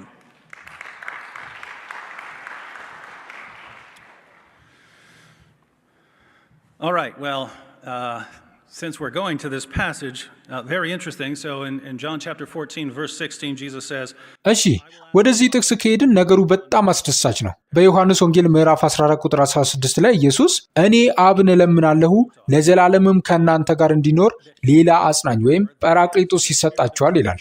ይህ ቃል የተቀየረበት ምንም አይነት የእጅ ጽሑፍ የለም። ኢየሱስ ስለማን እያወራ እንደሆነ ወዲያውኑ ሲያብራራ እርሱም የእውነት መንፈስ ነው ይላል። አሁን የሚገርመው ነገር በዮሐንስ ወንጌል ምዕራፍ 16 ቁጥር 7 ላይ ኢየሱስ እንዲህ ይላል፣ እኔ ባልሄድ አጽናኙ ወደ እናንተ አይመጣምና እኔ ብሄድ ግን እርሱን እልክላችኋለሁ። እናንተ ሙስሊሞች መሐመድን የላከው ኢየሱስ ነው ብላችሁ ታምናላችሁ? መሐመድን የላከው አላህ አይደለምን? እዚህ ጋር ግን ኢየሱስ አጽናኙን እኔ እልከዋለሁ እያለ ነው። አጽናኙ መሐመድ ከሆነና መሐመድን የላከው አላህ ከሆነ ኢየሱስ ደግሞ አጽናኙን እኔ ልከዋለሁ ካለ ይህ ኢየሱስን ማን ያደርገዋል? ይህ ኢየሱስን አላህ ያደርገዋል ማለት ነው። ስለዚህ እነዚህን ጥቅሶች ስትጠቀሙ ተጠንቀቁ። If the helper is sent by Jesus and Muhammad is sent by Allah, and you're saying that the helper is Muhammad, who would that make Jesus? That would make Jesus Allah. So be careful how you use these passages.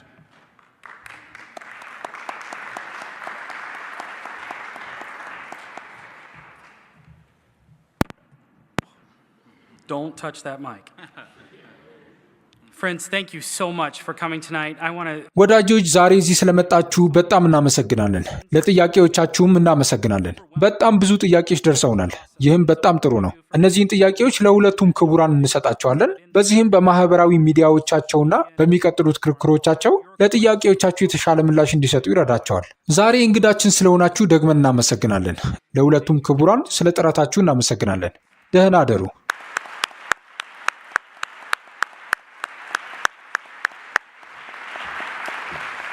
good night. በታማኝነት በየወሩ 50 ብር ለዚህ አገልግሎት መስጠት የማይከብዳችሁ ክርስቲያኖች በዚህ ስልክ ቁጥር አጭር የጽሑፍ መልእክት በመላክ ተመዝግባችሁ አብራችሁን አገልግሉ። ከተመዘገባችሁ አገልግሎቱን በተመለከተ አጫጭር መልእክቶች በስልካችሁ የሚደርሷችሁ ይሆናል። ከዛ በተጨማሪ ለአገልግሎቱ ማድረግ ልዩ ስጦታ መስጠት የምትችሉ ደግሞ ይህንን የባንክ ቁጥር ተጠቀሙ። ስለተሳትፏችሁ እናመሰግናለን።